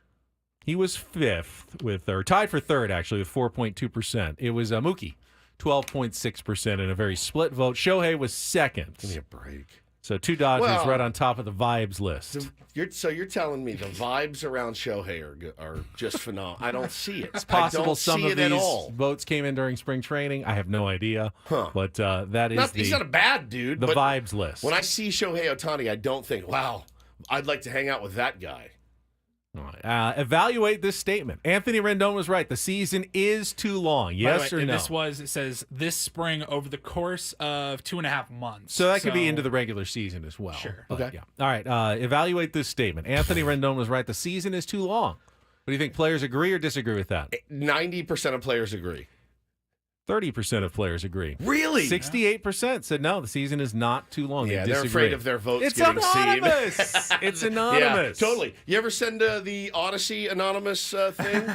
Yeah, they can tell where it comes from. You want to talk about good vibes? It's always good vibes on the work yeah. anonymous survey. Place is great. I love the ping pong I table. thought this one was I interesting. love our copy machine. It's great. This one's interesting. Which team would you sign with if contracts, state taxes, rosters were not a factor? Everything Just equal. which organization, which place do you want to play for? And the top 8 here are pretty much, I think, the who's who of baseball, with one interesting team thrown in there. But who's number 1? New York, Philly. Yankees are in there. Phillies are in there. Boston. Boston is number 2. LA. Dodgers are number 3. You haven't got number 1 yet. Chicago. Nope. Cubs are number 6. San Diego. 7. They are in the top 8. Okay, and then the number 1 place to play, Miami? Nope, Atlanta. Braves. Atlanta, Yeah, okay. that's number 1 was Atlanta, and number 4 was the Rangers, and you got everybody else. But the Padres are in there with, because they want to be good organizations. All those players want to be held accountable by the Atlanta media, like Matt Kemp. That's why he was so excited to get to Atlanta. Now, conversely, what organizations have bad reputations among players? Miami was on there, but not in the top 5. They were 7th. I figured with everything being equal, payrolls, everything else, I feel like those guys like being in Miami. This vote had 79 responses, and the number 1 team has 40 of the 79. It's about half. So this is organizations that they wouldn't want to play. Think ones with bad facilities. Come on. Oakland. Yes, Oakland, number 1. No offense to Mark Kotsay, who joins us in exactly an hour. Number 2, the Chicago White Sox. turds. And number 3, the Los Angeles Angels. 4, the Colorado Rockies. 5, the New York Mets. Now, Padres did get 3 of those 79 votes. Okay. But most teams got at least 1 vote. That did not. They have a bad reputation. 3 people. But who knows who those 3 people possibly are. Yeah, Drew Pomeranz. One person said on the Yankees, nobody wants to play for them. Bunch of rules. Yeah, a lot of rules. You got to shave and all that weird stuff. You don't feel like you can really be yourself in New York. You know what I mean? Like if you're a little bit of an outlier, like you can't really be yourself. Here's one that was very split. Should MLB shut down mid-season so players can participate in the 2028 Summer Olympics in Los Angeles? They probably said yes. 46% said yes, 53% said no. Now, they already have the World Baseball Classic. Now there's the Olympics, too. That's a lot of extra baseball for the top players. But it seems like half the players are pretty interested in doing that. But they don't stop the regular season for the World Baseball Classic. No, they just tailor everything to around the beginning of it. Spring training, yeah. There's a couple more here. Let's see. Number 9. Have analytics helped your career, hurt your career, or made no difference in your career? I would say they probably say it helped. 76% say helped. 10% say no difference. 8.6% say both helped and hurt. Only 3% of players actually think the analytics have hurt them. That's overwhelming. 2 of the comments on those who said it hurt them. Yeah. One guy said, I'm not a power guy. I like to put it in play, and analytics say you need to hit for power. Correct. Thank you, Luis Ariz. The other person said... or Stephen Kwan. The other person said, the less I know, the better. I think when you don't look into that too much, you can truly use your instincts better because you can be aware of your body instead of looking for something to give you the answer. And finding the answer within yourself, I think, is the most important thing. A couple of field players. Some field players, which there's nothing wrong with that. The best players are the ones that are able to do both. This guy said both. He said, analytics hurt my career by overthinking it, but helped me by learning the game and how it's all going. I mean, think about Austin Hedges. He does not have a job without analytics. He doesn't have a job. There's no job for him. Right? Correct. Just the eye test alone of like, well, he seems to be framing it pretty well. Actually, he's blah, blah, blah, and does this well and that well. Like, he probably doesn't have a gig without it. That's so interesting to me. You're seeing now, Ben, because these are guys that have come up using them, a lot of them, that's going to be the norm, obviously. And again, more information doesn't hurt. You can't use it as a boogeyman. One last one, really quick. Was the Dodgers' offseason spending good for the game? Yes, remember no, who you're or asking. I don't know. Baseball players, of course they said yes. Of course they said 92%. Yes. 92%. They want to make money. Very happy with that. All right. Interesting results again from the anonymous athletic players survey. All right, we'll come back. We got 2 hours remaining. I saw something very cool over the weekend that I'd like to share when we return with Ben and Woods on 97.3 The Fan.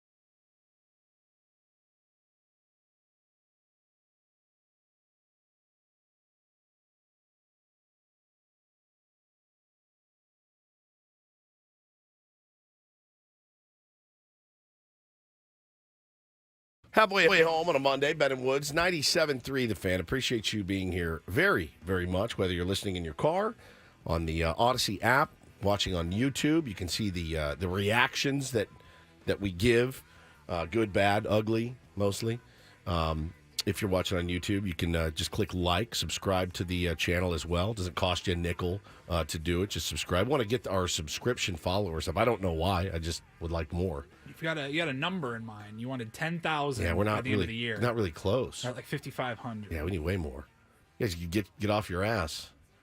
Go subscribe to Ben and Woods on YouTube. Very simple. Just click subscribe. That's it. Have Or it delivered join. right to your mailbox every day. Every day. Thrown out right onto your driveway. Boom. The Ben and Woods delivery boy. That's exactly right. Rides his bicycle around the neighborhood. Yeah, that's your subscription. That's what we need. Want to get those numbers up. I don't really know why. I just want them higher.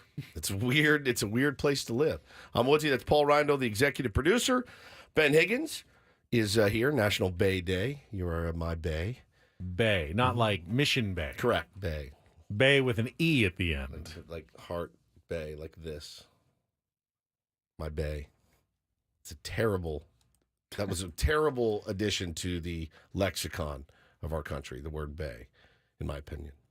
You had something here you wanted to talk about. Babe just too long? Yeah, it was Babe too long. Babe's great. Love Babe. Babe. Babe. Hey, babe. Babe. Now we take the B out. Stupid. And it's just Bay. People What do people do with all that extra time they're saving? All those extra vowels. Where do they go? Stupid. Actually, it wasn't a vowel. It's a consonant. Took out a consonant. Usually people are taking vowels out of things. Yeah. But they took a consonant out. No, I wanted to. So on Friday, I went down to Goat Hill, was doing some stuff for the Ben and Woods Open, which is coming up next Wednesday. By Close. doing some stuff, do you mean playing golf? No, I did end up playing golf, but I know I put up some flyers just to make sure everyone who was there could sign up and have an opportunity. Ben would have been a great sales guy. It's the best. I put up some flyers. Okay. I discussed some things with Jay, who works at the Goat, about just the setup for Wednesday. And then I did end up playing golf. I actually played While I'm here, I'll just go ahead. Played with Matt Janella, who was actually going to play with another buddy of his, but he was late, and I filled in the match that we were playing on Friday. And his buddy came around the 6th hole and joined us. And then on the 9th hole, which is going to be Ben's glory hole at the Ben and Woods Open. Indeed. His buddy Peter hit a perfect shot that spun back into the hole for a hole-in-one. Glory hole. And I've only seen about 4 live in my life, including my one that I had a couple of years ago. But the unique part of this was that, Matt, he has his Fire Pit Collective, and they were getting ready for their big bonfire tournament. So he was documenting everything. He had one of his camera guys shooting the entire round. So he had the actual footage, not of the ball going in the hole, but all of us, the shot being hit, and then all of us reacting on the tee. Saw it. For the hole-in-one. And then I saw it as well. He posted the video later on social media. And I can't alibi this. I am very awkward. I'm just very awkward. The high five. I actually trademarked it on Twitter. I saw it. You said, "Hey, see if you can spot me in this video." I make a cameo in this video. See if you can spot me. And I said, "The very awkward Ben Higgins high five trademark next to it." Paulie, you've seen it. You've seen the awkward high five. What am I doing wrong? I thought about it a lot this weekend. I need some help here. I thought about it a lot. I put a lot of thought into it after I saw the video of the high five, and as awkward as it looks. And did you put it up on the thing? I'm about to. Is the problem that I'm too tall and I have to reach down to high five people? Benny, so that would mean NBA stars don't know how to do high fives. But they do. They're high fiving other people who are very tall. I'm tall. Paulie's tall. He knows how to do a high five. Paulie, maybe? Would that help if I was... it's so awkward looking, and I don't know what I'm doing wrong. It is... It's almost excruciating to watch when you do it, which is why I said the very awkward Ben Higgins high five trademark. I don't know what it is. There's something you do with your head that bothers me. It's a head issue. Yes, it's like a head issue. You see what I mean? You need to watch it. Have you seen it, Paulie? Yeah, I've seen it. You've seen it? Yeah. You sent it over. Somebody sent it over. That was on Twitter. Yeah, Maddie posted all the video of the hole-in-one, and if you're on our YouTube stream, you're seeing lefty Peter making a shot. I feel like you're... And then there I am in the background. I feel like you're doing too much. I'm trying too hard. I overthink it. Yes. It's almost like You're not used to the pure emotion. Dog, a lot of celebrating. Some celebrating. Here we go. Here it comes. And he's got the hand up. He's doing something weird. Right. I'm looking at your posture here. So your hand's too far out in front. Yeah, it's way too far in front. I need to be back more. Or up and on. Oh, my God. And then follow-through. What is that? I don't. You noticed it, though. You know it's awkward. Oh, yeah. Look at that. It's totally awkward. What are you doing? I don't know, man. It's totally uncomfortable. wrong. It's uncomfortable. It's uncomfortable. I'm not going to defend it because it doesn't. I don't look natural. No. Relaxed or cool. No, not at all. At all. The follow-through.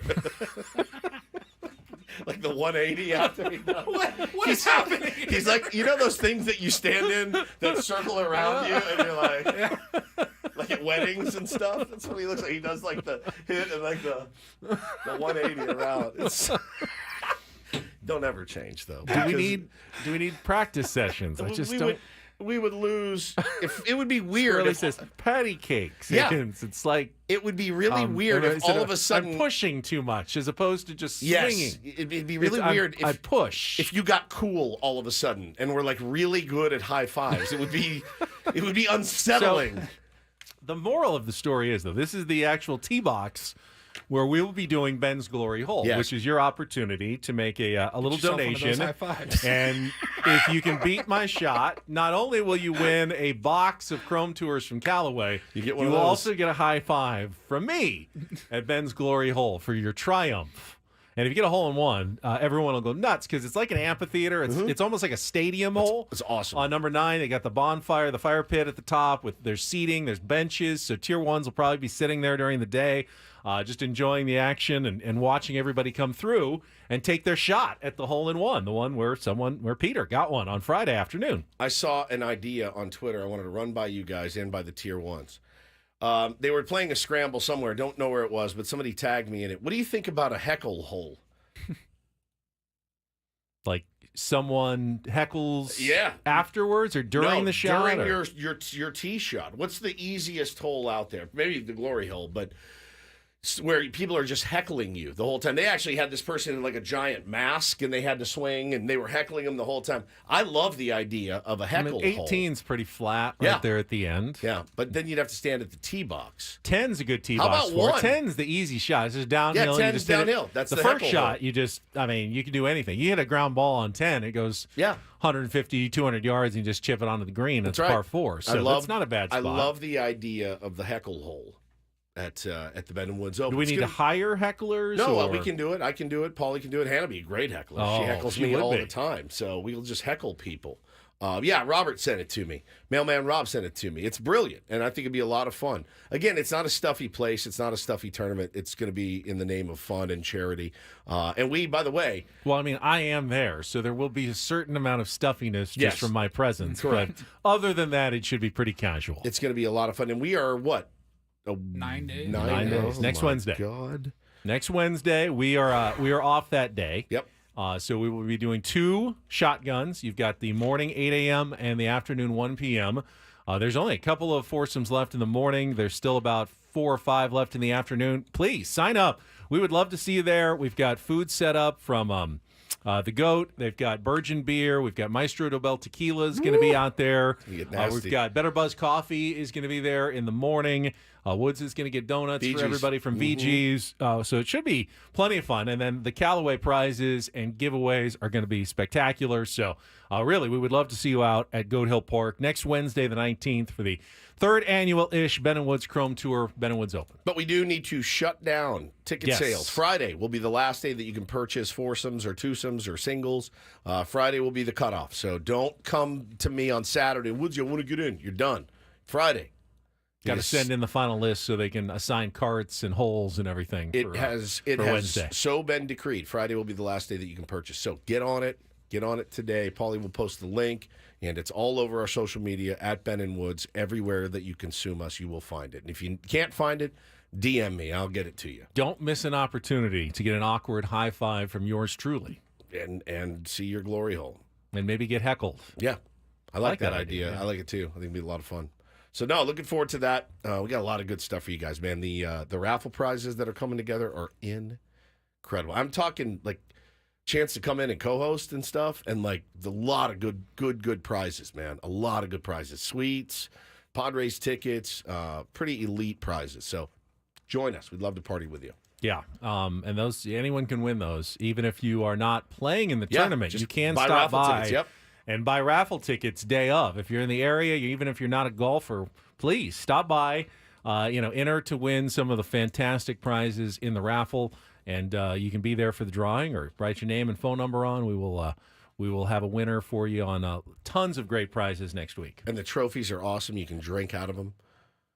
Every great. trophy is better off being consumable. Correct. Like you can drink something cup out of it. of some sort. Yeah, the cup, the Ben & Woods cup. Yeah, the ones where it's just like the golfer, with the club. It's fine. We've had that before, but Yeah. this is better. You're going to be able to drink out of it. It's great. Take Ubers, too, please.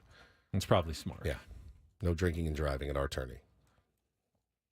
You can just spend the night there if you want. Spend the night there. They may actually frown on that. Probably. Well, Oceanside, fine. At the Goat, probably not. Correct. All right, coming up this second half of Ben & Woods, we got Sammy Levitt, in-season Sammy at the bottom of the hour, and looking forward to our conversation. 9 a.m., we'll be joined by the manager of tonight's opponent, the Oakland A's. Mark Kotsay is going to join the program, former Padres center fielder. Always enjoyed watching Mark play when he was a member of the San Diego Padres. Good player and getting good reviews as the manager of a team that's obviously, not being set up to win right now. They were set up to fail almost, man. And he's got them playing some much better baseball than I think anybody thought they would.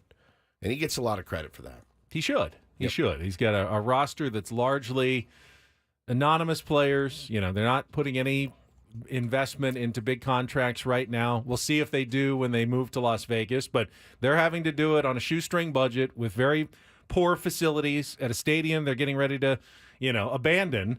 And still, they are giving trouble to a lot of teams this season. They're not going to make the playoffs, but they're a handful, and the Padres will experience that over the next 3 days when the A's are in town. I'm not looking forward to seeing them. I'm really not. Every team makes me nervous right now because of the Padres' up and down season. But holy cow, man, there are no pushovers, as we've learned all too well this year with the Rockies and the Angels. So got to handle business this week, man.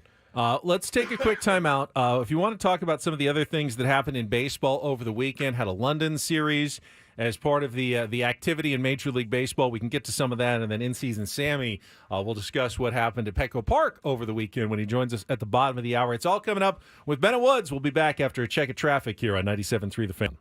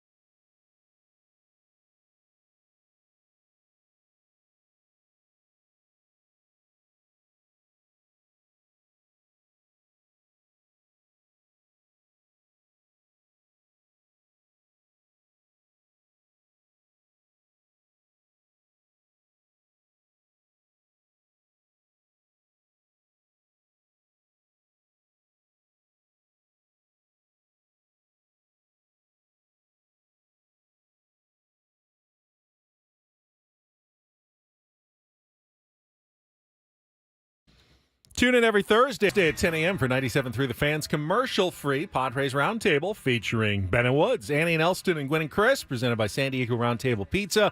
For takeout or delivery, go to roundtablepizza.com. Roundtable, the last honest pizza. We did a little high-five practice during the break. Some diagnosis of my issue. I go up too quickly. Way too quickly. Waiting for it. I need to Just hold your hand there. I push and too pushes much. out, and then he pushes it too much. You just keep it loose, and then boom. I do feel like You like giving him a target or something. my hand still hurts, though. Yeah, Does yours hurt? Or no, is, you I, did- we maybe I did have good. sensitive palms, and that's part of the issue when it comes to. I'm not enthusiastic about high fives. Lucky you, by the way. Do you guys remember, wasn't there like a trick, like if you look at the person's elbow, like you get the guaranteed high five every time? I've never Look needed at their a- elbow. I've never needed a tip I definitely do. Ben for does. a high five. I need Trying some to help. help. I need some practice. Come high five me at the Ben and Woods Open next Just keep week. it low and then go up for it and let the game come to you a little bit. You're too anxious. I will say that the one blessing of COVID was the lack of touching that was Yeah. involved. Yeah. I didn't have to worry about hugs or handshakes or high fives or anything. I could just remain 6 feet away from people at all times. Zach which says, is- Sensitive Palms, Ben Higgins. Great album. 10 out of 10. You are lucky. Lucky So- man. Mine are a bit calloused. somehow, even though the Padres continue to spin their wheels, they are 4 games under 500 over the last, week and a half. They have yet to really lose ground to any of the teams that are chasing them. They remain in the second wild card spot. It is a huge logjam behind them, but no one behind them has really been able to take advantage of the Padres' struggles. In fact, I think they've gained ground on some of the teams. You mentioned the Reds had gotten hot and picked up a few games to close in. They and the Cubs split a 4-game series, so the Padres staying ahead of both of those teams while they split a 4-game series with the Arizona Diamondbacks. The Cardinals were only able to split 4 at home against the Colorado Rockies, so they couldn't gain any ground. The Mets, they split their 2-game London series with the Phillies. Nearly lost both of them, but then pulled out the win yesterday on an incredible finish. Incredible. They rallied in the top of the ninth, and then if you didn't see this, in the bottom of the ninth, in London, the Phillies load the bases with 1 out. They're down 1, and the Mets are trying to get out of a jam. Obviously, they don't have their closer, Edwin Diaz. And the ball is just a broken bat nubber in front of the plate. It is 6 inches in front of the plate. But it's enough where the former Padres catcher, Luis Torrens, he's behind the plate. He has to jump out, take 2 steps in front of the plate to pick it up, then has the presence of mind to spin back to the plate, touch home plate for the force, and then make the throw just in time to first to complete the double play to end the game. And I think Pete had to dig it too. Dig it out at first. It was a really low throw. It had the runner, so you had to avoid him. It was it's the first time in baseball history a game ended on a 2-3 double play. I can't ever remember actually seeing a 2-3 double play where it's I've seen 1-2-3. 1-2-3, you sure. know, flip it to the catcher, then over to first. But the catcher goes out, has to comes run back. and then still has time to throw to first. Is something that I can't remember actually seeing, but that's how that game ended in London yesterday. All those baseball games. And, again, every time you tune in, you can see something you've never seen before. I saw that. And by the way, make sure you realize when Castellanos swung at the ball, shattered his bat, there's pieces of bat going everywhere, and the ball nubs out 6 inches in front of the plate. It was the most wheels-off play I've ever seen. And they did. They got it. And I think, for the Mets to split a series with the Phillies, that's actually pretty good work. The Giants did pick up a half a game. They took 2 out of 3 from Bruce Bochy and the Rangers. Rangers did salvage the series finale yesterday. And the White Sox ended their 14-game skid on Friday. They actually won. Steve Stone was right. Back-to-back He called games, it. Friday and Saturday. We had Steve Stone's audio predicting a win And that was on Friday. Garrett Crochet in that game. And they did. They did lose on Sunday to end up splitting that series. And, of course, we talked a little bit earlier about Sunday Night Baseball last night. The Dodgers getting the go-ahead 3-run home run by Trent Grisham in the 6th. Aaron Judge hit his 24th. And they avoided getting swept by the L.A. Dodgers at home. There were a lot of Dodgers fans. Tons. at that series at Yankee Stadium. I don't know if they traveled or if did. they're just some holdovers from the Brooklyn Dodgers days who never gave up on the Dodgers and stayed on the East Coast. But there was a lot of them, and a couple of issues, and I saw some like a Dodger hat being burned and stuff, and some friction between Yankees and Dodgers fans in the Bronx. Interesting. It was that group that travels. Oh, the ones that marched through the streets of San Diego as well. Yeah, it's not a parade. It's a march. So they went marching through the Bronx. And, yeah, I mean, look, they went up there. They took 2 or 3 from one of the best teams in baseball and probably felt pretty good again about getting that sweep last night with Tyler Glass now on the bump. But Trent Grisham coming through and hitting a big bomb. Managed to salvage a game, and it was an interesting game. And it came down to Mookie Betts up at the dish with 2 guys on, could have given them the lead, and he K'd, and that was that. But the funny thing is we like to needle the Dodgers. Look, this should be better than what they are. Period. For what they spent in the offseason, they should be better than what they are right now, even though they're still very, very good. The thing that's scary is that you need to remember they still have unlimited resources to go out and get literally anybody that they want. They have the prospect capital to do so. And you have to think that they're starting to be at least some tiny beads of sweat about Mookie. We cannot keep Mookie at shortstop. We can't, not sweat, but you know what I'm saying? Like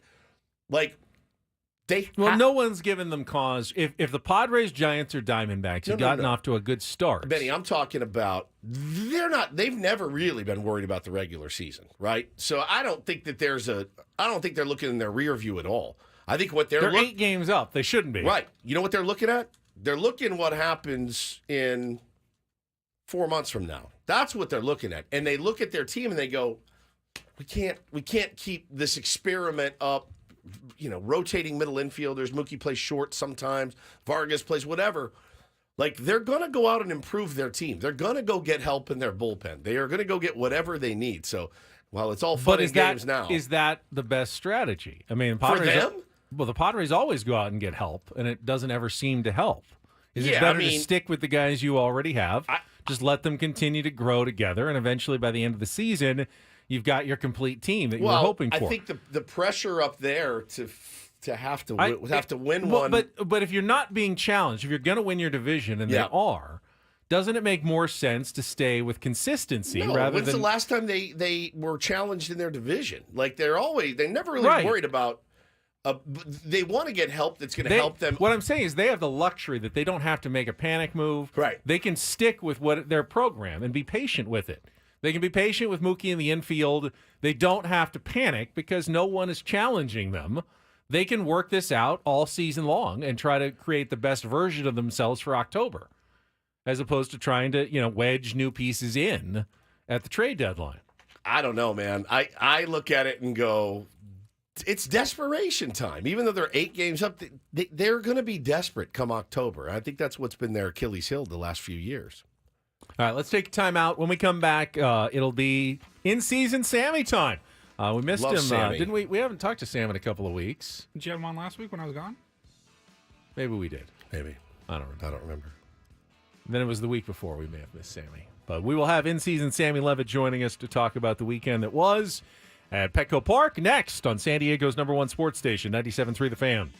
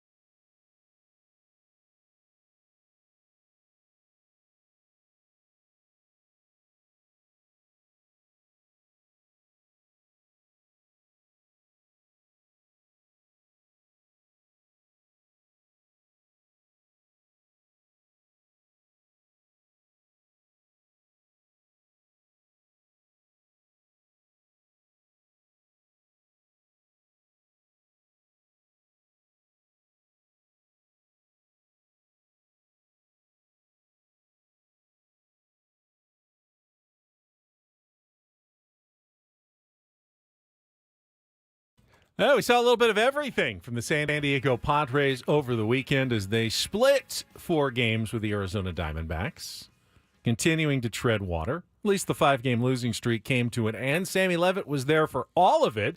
He's going to join us in season Sammy right after a check of traffic here on 97.3 The Fan.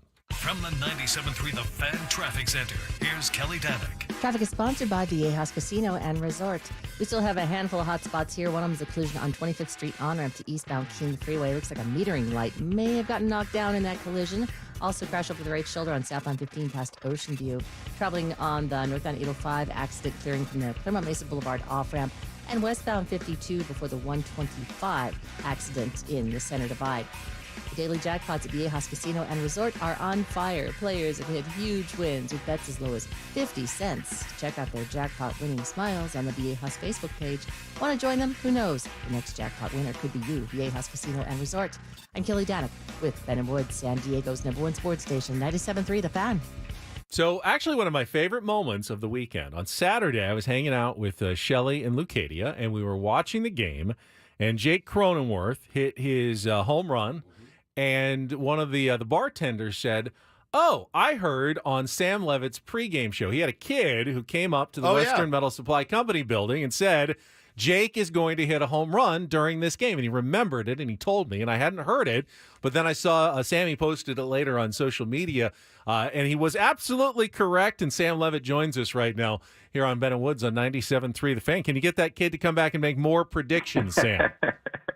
Yeah, 11-year-old Red. I've got to get him to come back every night and make a prediction because he's on a hot streak now. But it was a lot of fun. You know, I'm lucky up there inside the Western Metal Building. Obviously, I get a chance to talk to a lot of fans, meet a lot of fans, and I've had kids come up, you know, with their parents over the course of the last few years. And every once in a while, I will ask them if they want to come on air, pull out a headset, and we have a little fun and throw them on for a few seconds. So that was fun. So yes, definitely part of Saturday's win.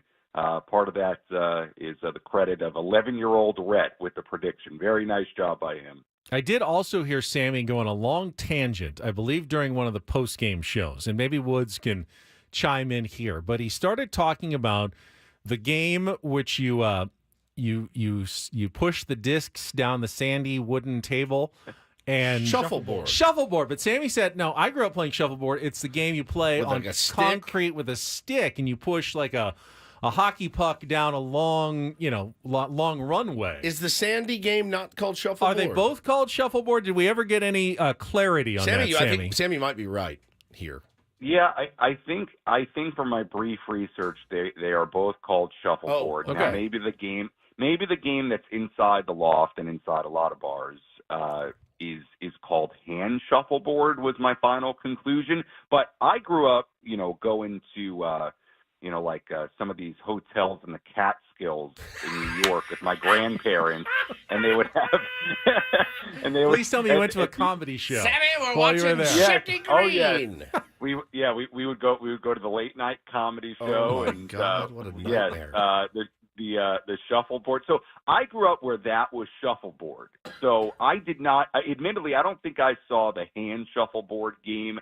I think until maybe I was in Texas. Maybe that's the first time I saw it. But I don't. It was like my greatest hits on the pregame show this weekend. I had kids on. I was talking about shuffleboard.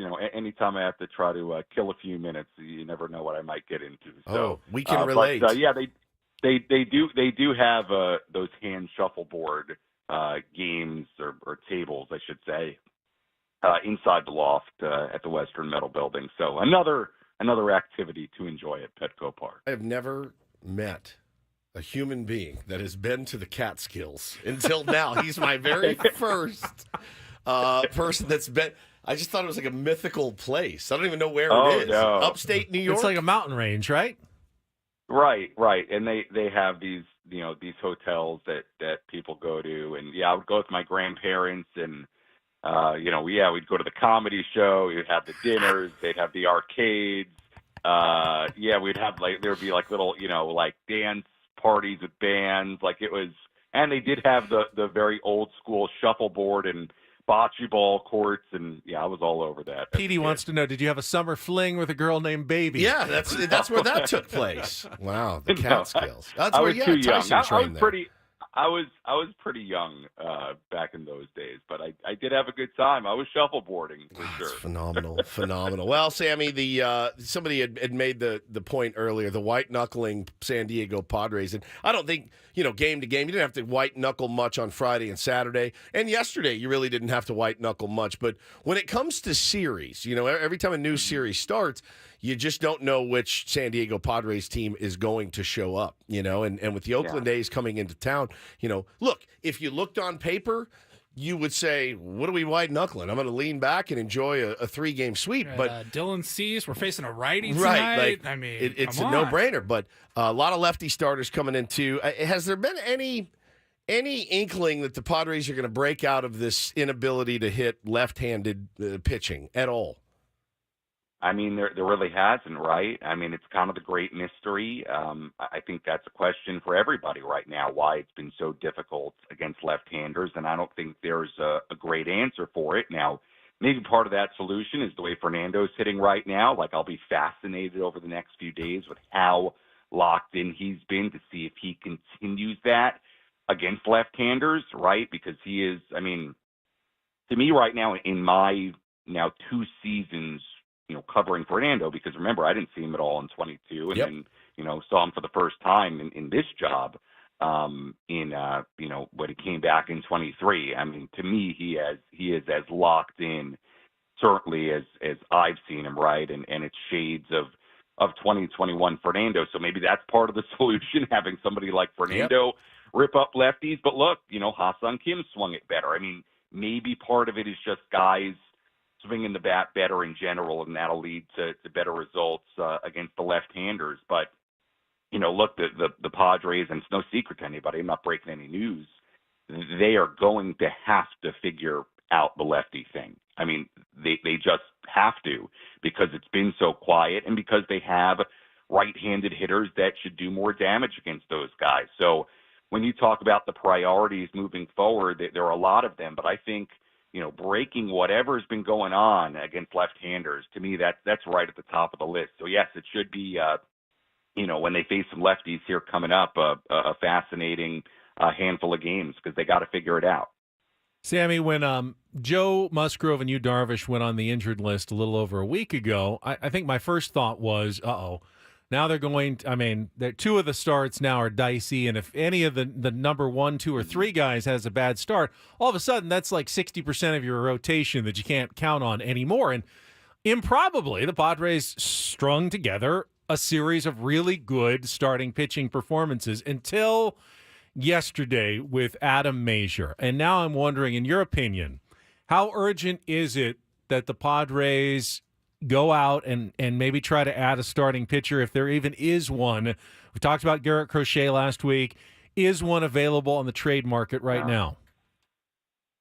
I personally don't feel like it's super urgent if we're assuming that Yu Darvish is going to come back here pretty soon and rejoin this rotation, which, he's been throwing, and it sounds, the whole time with his injury, it has not sounded like anything overly serious. As long as we're under that assumption, I don't feel that it's so urgent. I mean, look at what the rotation would be with Darvish in it, right? Let's assume Mazur is the guy that's optioned back to AAA. So your rotation is Darvish, Cease, King, Waldron, who's been terrific, and Randy Vasquez, who, look, I think Randy's been really solid these last 3 opportunities he's had in the major leagues. I talked to him the other day. We'll play the interview before he start on Tuesday, but I think he is really developing, and I'm sort of fascinated with Vasquez as he gets, maybe more consistent opportunities to start at this level, what he continues to do and what he continues to show. So,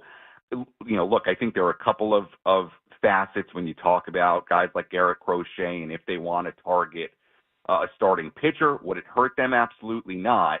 To me right now, in early to mid-June, I'd like to see, when Darvish comes back and he get rolling again, can Cease, kind of get rolling again. It's been, a lot more up and down for him the last handful of starts. Michael King, for the most part, has been good as of late. You know, he had one kind of rougher start in there, but has been good. Waldron, my goodness, has been just a terrific story. And I think Vasquez has been pretty good. So to me, I think for a little bit here, as long as those guys perform well, you can ride with those 5 for a little bit. I personally don't see the urgency right now in trading a bunch of prospects and further depleting your farm to go get a guy like Crochet who, you know, has already thrown more innings than he's ever thrown. And shocking. And to me, and I guess this is more just a wider statement on the Padres system and a trade for a guy like Crochet.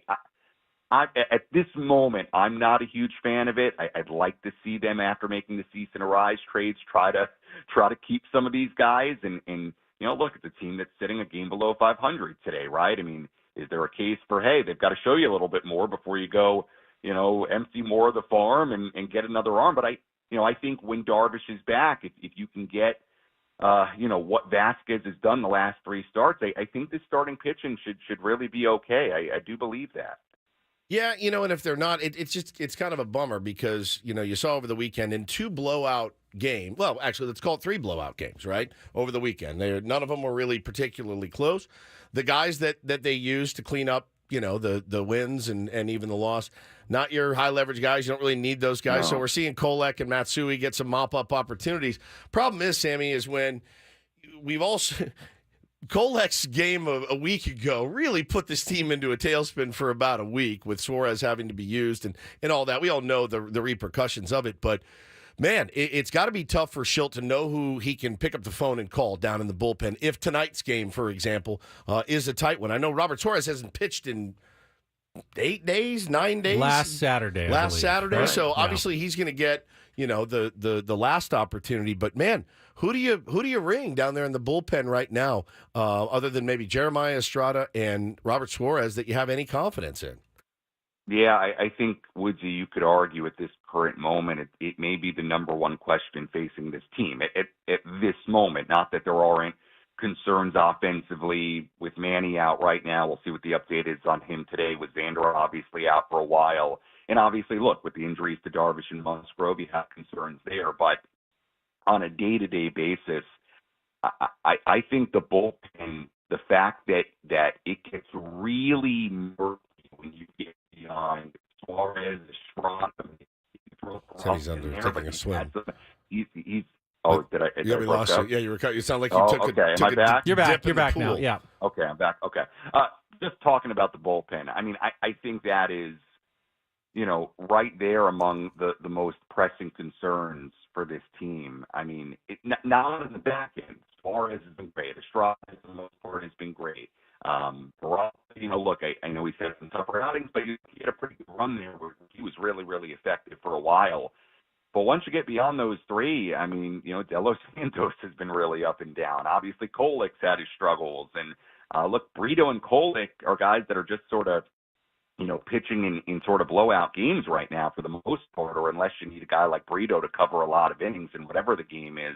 And obviously they you know, had troubles with Yuki Matsui. I thought one of the, you know, small silver linings of this series, win or lose or split or whatever, was the fact that they had some opportunities for Matsui and Kolek to get back out there and find some soft landings, because, guys, you need those guys one way or another, right? I mean, especially in the case of Matsui, it's really important that he sort of finds it again and becomes, you know, more the pitcher we saw at the start of the year, where at least for the most part he was fairly effective. So, you know, look, with that bullpen, with the way bullpens are used now, you just need more than 3 guys that you can count on. And I think once you get beyond Suarez, Estrada, and Peralta, it's been tricky. And I think that Los Santos is a big part of that. Like, they need some of those guys to sit forward in that bullpen and be better than they've been. So I think on a day-to-day basis right now, yeah, you can talk rotation,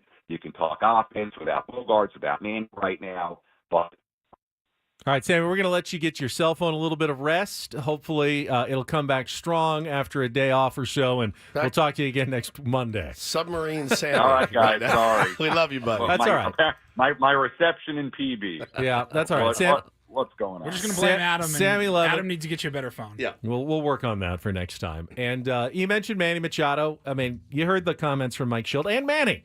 I'd be very surprised if he's not DHing today. Sure. He sounds like he's been very much on track to return, was very much available to pinch hit yesterday, and even the day before, they said, if they needed him. At this point, it's either get him back in the lineup or get him on the injured list and backdate it for a couple of days and just let him get completely healthy. But I would expect Manny Machado to be back tonight, hopefully in the first game of the series against the Oakland A's. Submarine Sammy is a good bit. And did he bring up Morejon? Because Morejon's been pretty solid. He has. In his way, his usage. In his usage, yeah. Seems to be a very specific way that they're using Adrian Morejon right now. I understand not wanting to push the envelope. I do. Hey, you're finally settling into this role. Let's just keep you in this role. True, but they quickly pushed the usage on Jeremiah Estrada once he started being effective, and he went from... They didn't have 5 years of data to pull from, I think, with Jeremiah Estrada. You know, there's clearly something in it. I don't know. You kind of throw the Adrian Morejon data from the last few years out the window a little bit. Okay. Different Morejon that we've seen this year. This year. Is it time to start expanding his usage? Higher leverage or... Again, I mean, originally the thought was Adrian Morejon was going to be part of the starting rotation for years to come. Correct. Is that still going to be a plan, or is that not something you can even think about until an offseason and next year? Because it's always next year with Adrian Morejon. Oh, next year he's going to be that lefty in the Padres rotation that they've been looking for. And he never really did it. And then we finally gave up on him. I mean, literally, I think we both assumed he was being DFA'd and done. And they didn't have any options. Then we found out he had an option left, and they kept him. And now I'm starting to think once again that Adrian Morejon could still be that guy. Typical baseball thing. He's doing well, and what do you want? I need more. Give me more. I just keep him where he is for now. Keep him where he is. He's doing. But that means you have to use other guys that you don't count on as much. Try it if you're not using him more. Try it. What happens if it goes south again?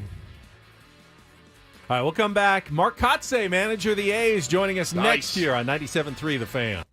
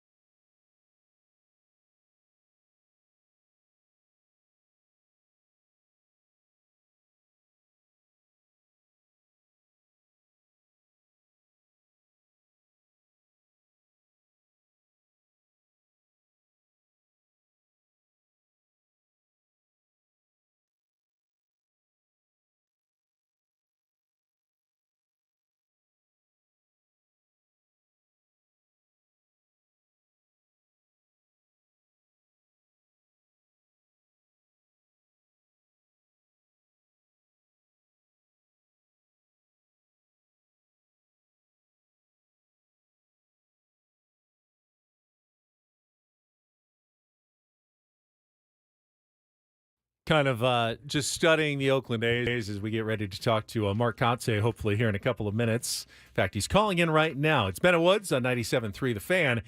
And, of course, one of their most productive players, probably their leading all-star candidate as a position player, has been Brent Rooker. And you remember, Brent Rooker was on the Padres, right? Yeah. And I looked by, and he only played 2 games for the Padres in 2022. You asked me, and I said 6. Yeah, he was 0 for 7 in those 2 games, and then the Padres traded him to the Royals for Cam Gallagher, who I believe was a catcher who never did much. But he has thrived with the Oakland Athletics. He's kind of the one that got away. There's always a couple of those guys that got away. Yeah. Joining us right now, though, is the manager of the Oakland Athletics, former center fielder for the San Diego Padres. Mark Kotsay is with us. Kotsay, it's been a long time. It's good to have you on with Ben Higgins, Stephen Woods here in San Diego. Good morning. Hey, good morning, guys. How are you? Doing well, man. Welcome home, number one. And it's good to be home. And number 2, have you ever seen anything like what happened yesterday? I don't mean to laugh, but it was an insane play. Kotsay gets up off a Gatorade bottle, completely takes out your first baseman with like one of the better tackles I think I've seen. Even watching a lot of NFL. Red card. I heard targeting. Yeah. I mean, if this was another sport, this would be a serious infraction. Yeah, it was quite the event yesterday there. I don't think Tyler saw it at all. Saw it coming. So you get decleated in a baseball game. Something that you can talk about for a while, for sure. And I'm looking at it, and I'm like, why is everyone sitting outside the dugout like it's some Sunday league game? And I understand, there's a lot of space over there. Obviously, the foul territories are legendary there in Oakland. But if you slow it down, it looks like he looks up and says, "Oh, I'm going to take it's." Kotsay would never do that. No one would ever do that to another player. It was just one of those weird scenarios. When you saw it, were you like, did I really see what I just saw? I was kind of concerned about Tyler. Sure, yeah. When he got taken out. But, no, and then Guccione, who's the first base umpire, was like, I think he was more caught off guard by the whole play as well because he didn't even make a call. And I'm like, what's going on here? You take my first baseman, now we had to play the ball, and you're not going to call interference. And yet, this year we've seen interference called on infield flies to end games. So it was quite interesting. They got it right. They got the call right. But, yeah, our field plays really, wide in foul territory, and those dugouts are just they're just open dugouts. There's no railings. Yeah. Like you can sit on the top step, and he just decided, hey, I'm not going to get hit by this ball. It's coming at me, and I'm going to get out of here. And yeah, lined him up and took him out. So. Awful. Talking to Mark Kotsay, and Mark, obviously a big part of your job is player development, and I know they do that a lot of that in the minor leagues, but you've got some younger guys on your roster. We were just talking about Brent Rooker and his brief appearance with the Padres. Obviously, AJ Preller saw something in him when he acquired him from the Twins, but didn't work out here. What's the key to sometimes just unlocking? You get to the big leagues. All these guys have talent, but unlocking it on the next level and doing what he's been able to do for you guys has been pretty remarkable. Yeah, I'm glad you brought Rooker up. He was our all-star last year, and when we got him, he was the last guy to make the roster in spring training. I remember sitting in San Francisco. We did a Bay Bridge series right before we break from camp, and telling him he made the team was the start of his journey. And when you talk about player development, we're big leaguers, right? They're big leaguers. We're not developing at the big league level. But we are definitely in a process where, we're going through some change here in Oakland, and that's obviously is very evident of where our organization is right now. But to give him 500 at-bats last year is really what he needed. And when you guys acquired him, the Padres got him, you guys, had to have success now. And these type of players that get moved, he was, I think, waiver wired from Minnesota or Kansas City. Like, he's had a journey and he's never stuck, but he hasn't stuck because he didn't have the consistent at bats where he could actually, go through a 35, 40 at bat slump. And we had that opportunity to allow him to grow and go through that time frame. And here he is in year 2 of a full season again, putting up some really good numbers. It's crazy to think about, too, Kotsay. You've been around the game a long, long time, man.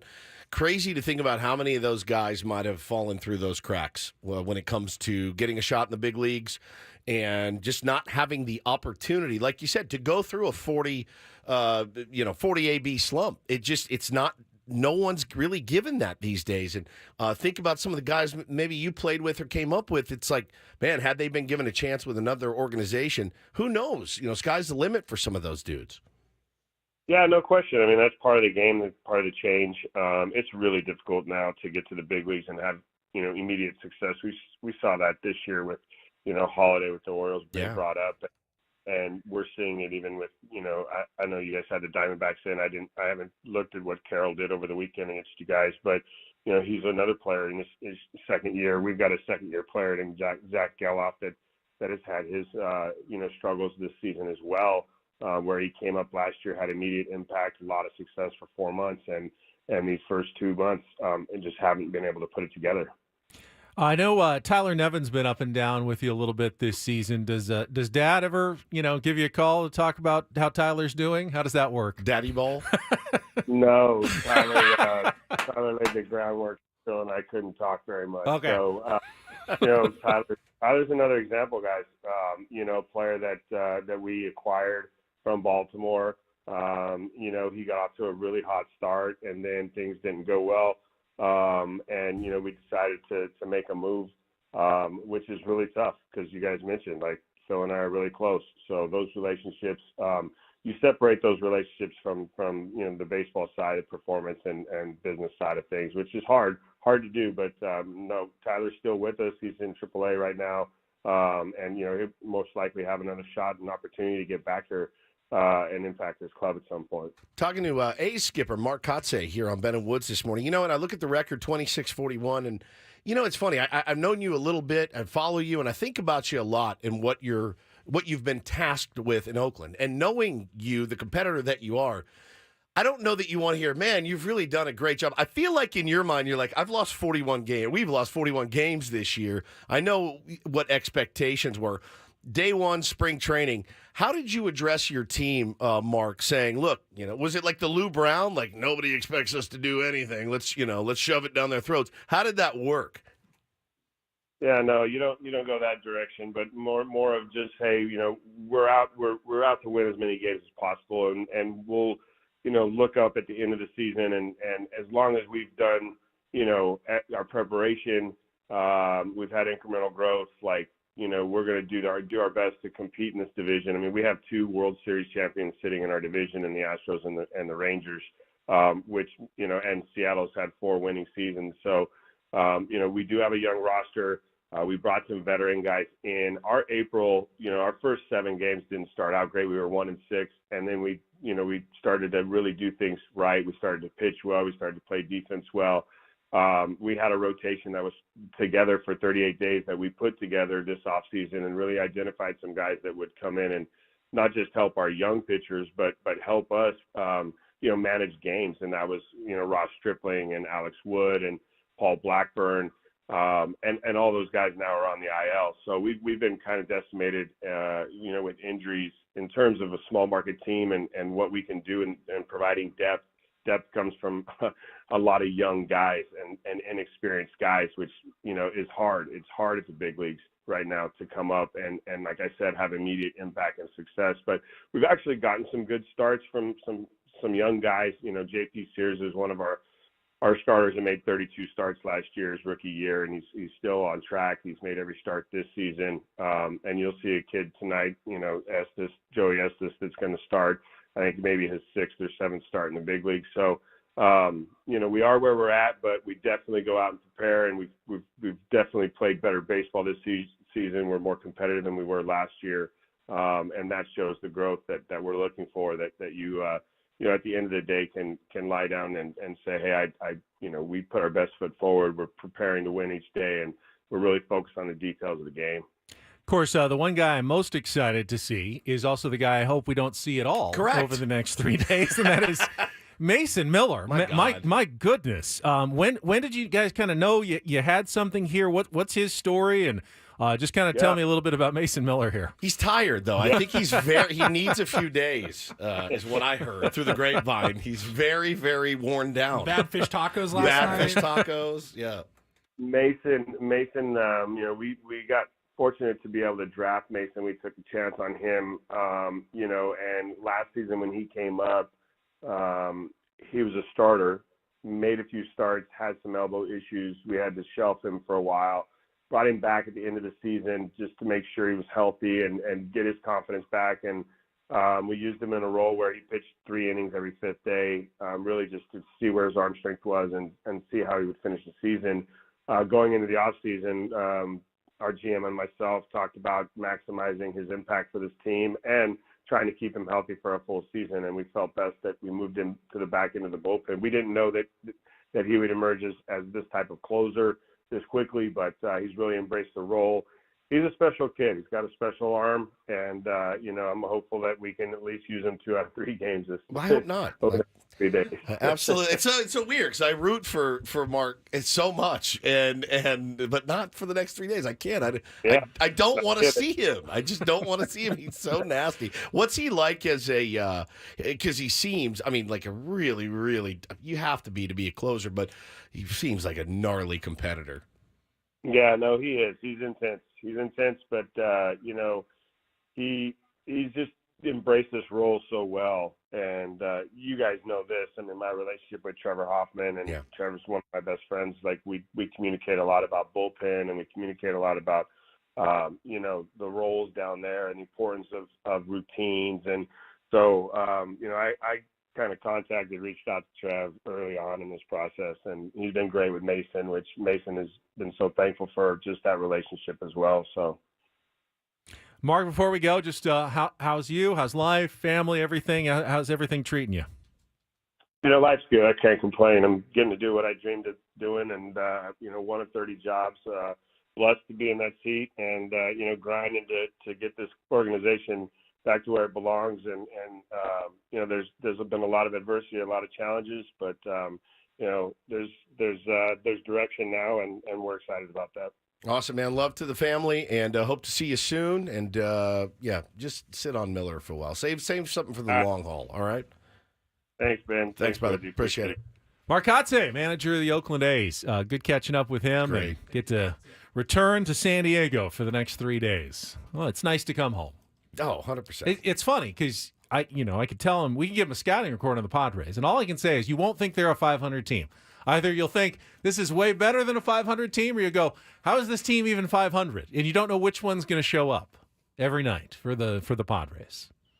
Yeah. They don't they're a 500 team who rarely looks like a 500 team, right? So true. Like, oh yeah, you watch them Friday and Saturday. There's no way this team isn't, 20 games above 500. You watch them yesterday, you go, how is this team even close to 500? That fallacy that I get watching games like Friday and Saturday night, where I'm like beating my chest, like, look at who beats us.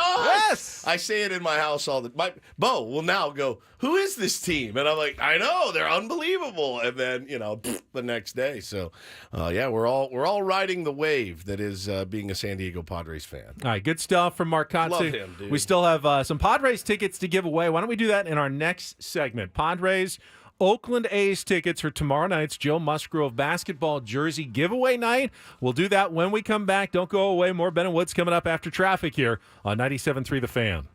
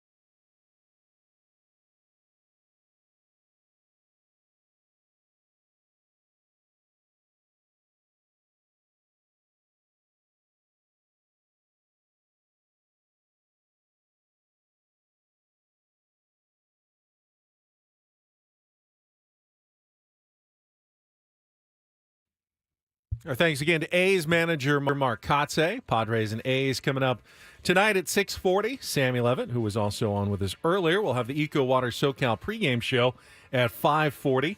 Mark mentioned a little bit about the starting pitcher tonight. Joey Estes will get the ball against the Padres. He's 2-1, 4.67 ERA, and 5 starts. Dylan Cease going for the Padres. And I could be wrong. I feel like it's been a while since the Padres have won a Dylan Cease start. They need to start winning more Dylan Cease starts than they lose. They can't. It's not like he's pitched poorly necessarily in many of those. They're just not taking advantage of Dylan Cease. And you pick up an ace, that's great. But if you're not winning the games that he's pitching, he's not really impacting your season the way that you would want your season to be impacted. What does the game log look like, Paulie? They lost his last start in Anaheim. They won before that. Gave up Kansas City. Gave up 3 earned runs in that start. His last few starts have been loss, win, loss, win, loss, win, win. What a loss, Padre. Win, win, win. What a Padre he is. Win, loss, win, loss, win, loss. 3 earned runs in his last 2 starts, 4 against the Yankees. Yeah, I mean, you'd love to have him go out and have one of those dominant games where he gives up a run, and hope that you can scratch something together against who? Joey Estes. Joey Estes. Sounds like a Cy Young winner to me. He of the Bakersfield Esteses. Estes? Just guessing. I have no idea anything about Joey Estes. I'm sure I'll learn more tonight than I wanted to. Some of the chat wonder, is he related to former Giants Sean. pitcher Sean Estes? Could be a son. Have no idea at this point. But yeah, He's a 22-year-old from Palmdale. Actually, pretty actually close. pretty close to Bakersfield. The Palmdale. That was a total, pulled it right out of my ass. I spilled water all over my shirt. Look at this. Of anywhere you could have. Look at Yeah, this. there you go. Your prognostication skills of where Joey Estes is from is How about that? pretty spot on there. But my drinking skills are not. Let's just poured water all over myself. God, I'm ready to get out of here. Craig is here early. Should just have him come in and do this last 30 minutes.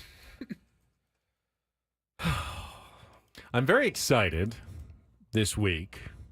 You know why? It's U.S. Open It's week. U.S. Open Yeah, week. I knew And that. in particular, I didn't want to bring it up. I was going to in the Open. I go, Well, what are you out of your mind? In particular, because the U.S. Open is being played at Pinehurst. Which you just went to. I went to, so now I know the course. What a and nightmare. Get to watch it with a little eager eye. Scotty Scheffler is going to be the overwhelming favorite. He won again yesterday. If I could take something, Paulie, if we could take something and plug it into the side of his head as he is watching the opening round or on Sunday even. The commentary, like there could be no inner monologue. Well, now I know exactly where That's I what I was gonna hit my say. shots. Yes. Oh, I hit mine there. And if we're looking to torture anyone, bring them in that room with Ben and make him watch the U.S. Open as Ben also goes shot by shot of where he played. He's going to be watching these professionals, and he's gonna be like, "Oh, see, they're lining up. I've played there. You actually really want to hit it over in this It's spot." probably not in a great spot there for him. Oh, it's so good. Ray wants to know if I texted Xander with some of my tips. Did you ever give him your tips? Felt like if he wanted to reach out to me, I'd be happy to share. He did doesn't not know you. He did not reach out to me to get my input on Pinehurst number 2. God, it's going to be. I will not be connecting you two. I don't want. I have his number. I'm just not going to reach out of the blue, ask him what kind of bat he uses or anything. I'm not. Please, God. You're not my dad. All right. I'm begging you to send him some tips. I'm not going to send him Why? some tips. It's U.S. Open week. By the way, Didn't he say I would like those? Xander is the first player in, I think, 120 years to start his career. I think it's 7 straight top 15s in the U.S. Open without winning, though. Crazy. He has not won. And the only, he's like up there with like Jack Nicklaus always in contention at U.S. Opens. And I certainly expect him to be in contention this week. I just don't know how anyone's going to beat Scotty Scheffler. Scotty didn't even play that well this week, and he still ended up winning by 1 over Colin Morikawa yesterday at the Memorial Jacks tournament. I did see, and I don't know if this is true or not, but it was posted that, Tiger's been there for a few days at Pinehurst getting ready. Someone said he shot a 29 on the front in a practice round yesterday. Holy crap, dude. I mean, that place, that's not, 29 is not a score that you're going to see in the U.S. Open. So I was skeptical when I saw it, but Tiger has been putting in work out there for the last few days to try to, make the cut and try to he wants to win another major. I mean, it doesn't feel like he can even be competitive, but he's still going out there. So I'd imagine he wouldn't go out there if he felt like he was going to embarrass himself every single time. The U.S. Open's cool, too, because of the U.S. Open qualifiers. There's always, It's open. It's open. Yeah, there's always this guy's a PE teacher, and he qualified for the U.S. Open, and he's 4 under after 8 holes. Like, I love those stories about the Open. Yeah, they never really hold. In the end, it's almost always the big-time pros who can will out over 4 days in those kind of conditions. But what's the best finish for an amateur ever? Amateurs have won long ago. I mean, in the olden days, when golf was kind of an amateur sport. But, I mean, you had an amateur win a tournament this year. I remember one that. in the desert. That was incredible. Had the college kid who won. But U.S. Open. Yeah, I'm trying to remember if anyone... Like at the Open Championship, the British, Justin Rose as an amateur, he contended right until the end in that tournament when he was still like 16. He was still there. Most of these amateurs that are contending, though, they're about to turn pro. They're like on the verge of turning pro, and they wait until after because you can't turn if you qualify as an amateur, you can't turn pro before the tournament, or they don't hold your spot anymore. So a lot of them play as they're about to turn pro. So they're kind of semi-pros anyway. The true guys who qualify, like the everyday guys who are just happen to be like one handicaps who are really good, who can make it all the way through. It does happen. It's very rare. Most of the people who qualify are golf pros, and the ones that aren't pros are generally like top college player amateurs who are about to turn pro. But every once in a while, you do get that Cinderella story where a guy can make it to the U.S. Open, and who knows, have a good round and be somewhere around the leaders as a nobody, just showing up at the golf tournament. It's what made Tin Cup so unbelievable, right? It was fun. It was a fun movie. Fun story. So that's what I'm looking forward to this week. We know. We've got Padres tickets to give away. We've got let's see, is it a 2-pack? No, it's a 4-pack of tickets. No, a pair of tickets for tomorrow's Padres A's game. First 40,000 fans will receive a Joe Musgrove basketball jersey. Get your tickets at Padres.com/tickets or be the fourth caller right now, 833-288-0973.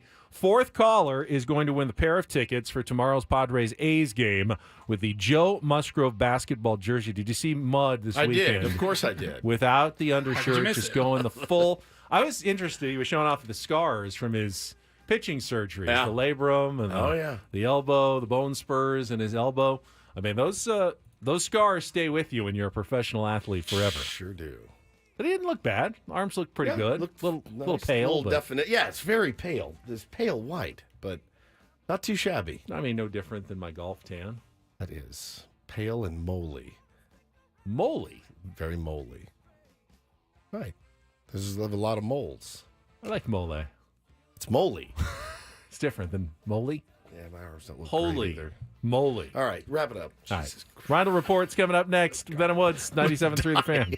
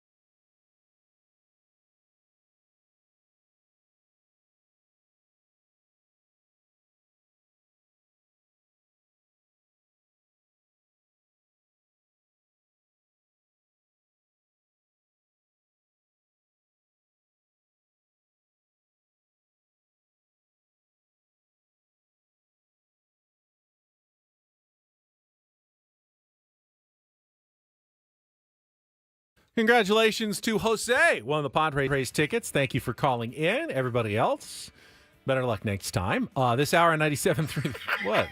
That's a genuine. The better luck next time bit. Better luck next time. Idiots. No, genuinely. I wish them Suckers. better luck compared to the not great luck they had this time. So smarmy. This hour on 97.3 The Fan is brought to you by Express Employment Professionals. If you're ready for a new job, let Express Employment Professionals help you. Express is your one connection for a summer job in a variety of industries. Job seekers never pay a fee at Express. Go to expresspros.com to find your location. That's expresspros.com. Now, your third job as a T-ball coach has a bit of maybe one of the hardest parts of the job tonight. Tonight. You have your team awards. Team party, And you have to come up with Where are we going? an award for every player. We're going to OG's. Okay. And there's a room, like an area there where we can go. I didn't pick it. I just go where I'm told. I'm just saying, we have a whole round table. I feel like you should be going to round table. I didn't pick it. I'm fine. not team We're off man. the hook. Never mind. Whatever. Simply the best. Why, round table, simply the best. I just go where I'm told. And I have to come up. There's a couple reasons why it's hard. Number one, I cry at everyone.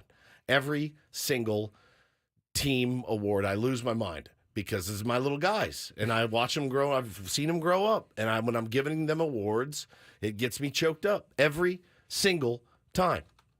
I won't make it through the first three, and I love them. I love them to death. And it just kills me every single year. So then You've gone through the Encinitas T-ball wars with them. 100%. And emerged on the other end. And then all the moms are there and they're all, attractive. And they're all looking at me and I'm up there weeping and all the dads are there and they're probably like, Jesus, what's this guy's problem? Right? It's just I get domed out about it every single year. But then I got to come up with all the superlatives. Right? And I asked my wife again this morning as I was leaving the house. You're sure I can't give Bo the MVP award, my son? You're sure? Do you have to have a superlative for every kid? Of course. Yeah, and I want it to match who they are, right? I don't want to be like best hitter award to the worst hitter. I want it to these are what I see in your child, so I want it to be true, And I do, and I put a ton of effort into it, and I think about it a lot. But she won't let. He's my MVP. Does anybody get the MVP? No, I guess not. So no one gets the MVP. So what? I'm going to give him another gold glove. All he does, he's stacking gold gloves. He's my most valuable player. He works harder. He pays attention. He plays hard. He's everything I could ask for. He's coachable. He's my MVP. And she's like, you can't do it. And she's like, that's daddy ball. And I'm like, yeah, I'm his literal daddy, though. I'm his daddy, and he is my best player. It's hard to come up with something different for everybody on a team. Jack says somebody's got to be MVP. How many kids you got? Me? On the team? 12. 12 superlatives. It's gnarly, dude. It's gnarly. Best teammate. Best teammate's a good one. It's a really good one. That's a really good one. Best command of the strike zone. We do not pitch. We hit off a tee. I get so nervous about this every single Most year. likely to damage the tee. Best hair. I Googled a bunch. Best attitude. Okay, we got best some of those. infielder, best outfielder, best slugger, best teammate. Slugger. Game Changer Award. Ooh, the Game Changer Award. Most improved. Most improved is a good one. Mr. Hustle. We have seen a lot of improvement. Best attitude. Best attitude's good. Paulie said that one. Yeah, that one. Okay. Heart and Hustle. Classic. Best listener. I wouldn't win that one. Bo would win that. He really is my best listener. The Roberto Clemente Man of the Year Award. Correct. Yeah. The Rolaids Reliever of the Year Award. Most gritty. Best base runner. Yeah, there's the Charlie Hustle, I think is good. Charlie Hustle Award. Best swing, I think is a good one because I do have a kid in mind that has a great left-handed swing. Best high fives. I definitely would not win that one. that one. Yeah, so I just there's none that would be offensive, right? If somebody won best... Oh, I'm sure if you worked hard enough, you could make it Least offensive. valuable player, I would say that would that's be pretty offensive. Doesn't matter if you show up or not. Award. The Bench Warmer Award, although nobody sits on the bench. I just want him to be cool. Like, I wanted the awards to be cool and then be happy, but they love getting those trophies. And this is my most likely to show up to practice in jeans. This is my argument against giving everybody participation trophies. First of all, they're 6. They love them. It makes them want to come back, which is my ultimate goal, is to get kids to fall in love with the game of baseball. It's not to win a T-ball championship. It's to get these kids excited to come back to play again. So that's why we didn't have any playoffs. We're not whacking up the playoff share with all the team moms. This actually costs us all a fortune to buy them. We get trophies for them. They're 6. They deserve trophies. Why? Because they completed a baseball season. And I think that's a good reason. So they're not participation trophies. They're completion trophies. They're completion. That's exactly it. And they deserve a trophy for completing the season. And, by the way, playing really hard and playing really well and dominating and having a great time doing it and learning about the game. So that's my kind of biggest issue with it. Like, what does it hurt a kid to get a trophy for doing a good job? Because he didn't win a 7-day tournament or something? Like, it's just ridiculous to me. So, I don't know. I think the argument goes, if they already know they're going to get a trophy in the future because they always get one, what's the incentive to truly excel and take it to the next level? I don't think it applies to 6-year-olds. Though. You know, at some point you make the transition, though, from participation trophies to you have to actually win something to get a trophy. It's not 6, though, when it happens. No one should be complaining about trophies for 6-year-olds. Ted, our buddy, we played at fantasy camp with Ted. I love Ted. He says, have the kids vote. Ted, that sounds like way too much work. Way too. All right, everyone write down somebody's name and then to collate Do the them. athletic, anonymous poll of the players. Yeah. Most overrated. Yeah, it's a good one. It's a good one. So, yeah, that's tonight. I can't do the kid vote. I'm just going to pick. I think, again, they're 6. They're 6. But I think if you get older, maybe like 10, 11, 12, I think everybody can get a trophy for playing on the team. Yeah. And then if you want to give out 3 additional trophies, an MVP, or whatever. I don't do like game balls and stuff yet, but I will. I will do that. But apparently Bo just robbed again of an MVP by who? His mother. His mother robbed him of an MVP today. Got to get to a Reindl Report. First, quickly, for the off-road enthusiasts, the Off-Road Nights Dirt Lifestyle Expo is coming June 22nd to North County Mall, Escondido. You can get your tickets now at ornscene.com. Paulie's got his headlines right after traffic here on 97.3 The Fan. From the 97.3 The Fan Traffic Center, here's Kelly Danick. Traffic is sponsored by the Fish Market, serving the freshest catches from waters near, far, and everywhere in between.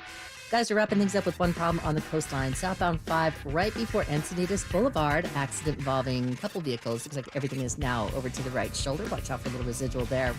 Fresh, wild Alaskan halibut season is in full swing. Enjoy it perfectly grilled at the Fish Market, and then grab an extra piece to cook yourself from the market on your way out. The Fish Market, with locations downtown and Del Mar. The Fish Market, serving and offering only the freshest catches. And Kelly Danick with Ben and Woods, San Diego's #1 sports station, 97.3 The Fan. And get things started here with our today's edition of the Reindl Report. Now tuned into the greatest. Welcome to the Reindl Report with Paul Reindl. Hi, Paul. All right. 2 stories from the world of sports that we haven't gotten to yet. We'll start off in Major League Baseball. And 1 story that you didn't know you needed. Are you laughing, biatch? It's the Reindl Report. Hey, Paul, how you doing? Okay, how are you? On 97.3 The Fan. Are you ready to bless the mood? I need some help, please. That was good. Can I get a yeah? Oh, yeah. All right. All right. All right. Did Ben just say Escondido, by the way? I'll have to pull the I don't tape. think I said. I think you did. I think I said Escondido. Escondido. Escondido. It was close. We'll have to Definitely going to have to check the tapes later. There's always a tape. Escondido. All right, gentlemen, we will start off in the NBA. Give you an update on the NBA Finals. The Celtics handled the Mavericks again last night, 105-98, a little bit closer. So boring. Yeah. It was not close. I watched some of it. Yeah, it was close. It was closer than game 1. I wasn't. Here's the problem. Luka went off. The Celtics couldn't hit their threes, and they still won by 7. I don't see how Dallas has a path to winning this series. I mean, maybe they'll win one at home, but It just doesn't seem like they have a path. I guess Porzingis got hurt again. If he can't go, that could maybe crack the door a little bit for the Mavs, but I think Boston's got this one in the bag. Pretty wrapped up. It's not serious until somebody wins on the road, but Boston absolutely dominated those first 2 games, especially game 1. It was not even close. A little bit closer last night. I was texting. I know one person that's a Mavs fan, and I was texting with him yesterday, and he just goes, man, I just want them to, like, compete in game 2. Like, if they can keep it close, I'll feel okay heading back to Dallas. If they get blown out again in game 2 like they did in game 1, then it's over. But the fact that, like, Jason Tatum did not play well at all, and they led the entire game, you think that's probably going to do it for Dallas. Yeah. So yesterday we talked a little bit about the London series, the Phillies and the Mets playing at London Stadium, I believe is where they were at. And I saw there was a funny moment before the game, actually. Of course, they've got every team has all their ambassadors and celebrity friends that made the trip. And for the Phillies, they had Rob McElhenney from It's Always Sunny in Philadelphia. And he was out there to throw out the first pitch. But he did not throw out the first pitch. Instead, we had the maybe first ever ceremonial double play. So what happened was McElhenney goes out onto the mound, and I guess before the game, he wasn't sure who he was going to throw the ball to. Yeah, they had done a whole social media campaign around who's he going to choose. Like, are you going to take the current star? Right, Bryce Harper. Or, like I said, alumni were there. Chase Utley was there. The guy you grew up watching and idolizing. He couldn't decide. He can't throw 2 baseballs. That would be a good 2 first pitches. Yeah, that's not a bad actually idea. A pretty good idea. So he's on the rubber, and he's getting ready to throw out the first pitch. And then all of a sudden, his co-star, Caitlin Olsen, she comes running out of the dugout and kind of like waving her arms. Stop. So he steps off the rubber, and then all of a sudden, Bryce Harper comes jogging out of the dugout, and he goes over to first base. And then Chase Utley goes to second base. Rob slides back to short. So and sick, Caitlin dude. rolls him a ground ball. He flips it over to Utley at second. So Utley sick. over to Harper at first base. And you had the first ever ceremonial double play. Eric Krupner, if you're listening, hear me out.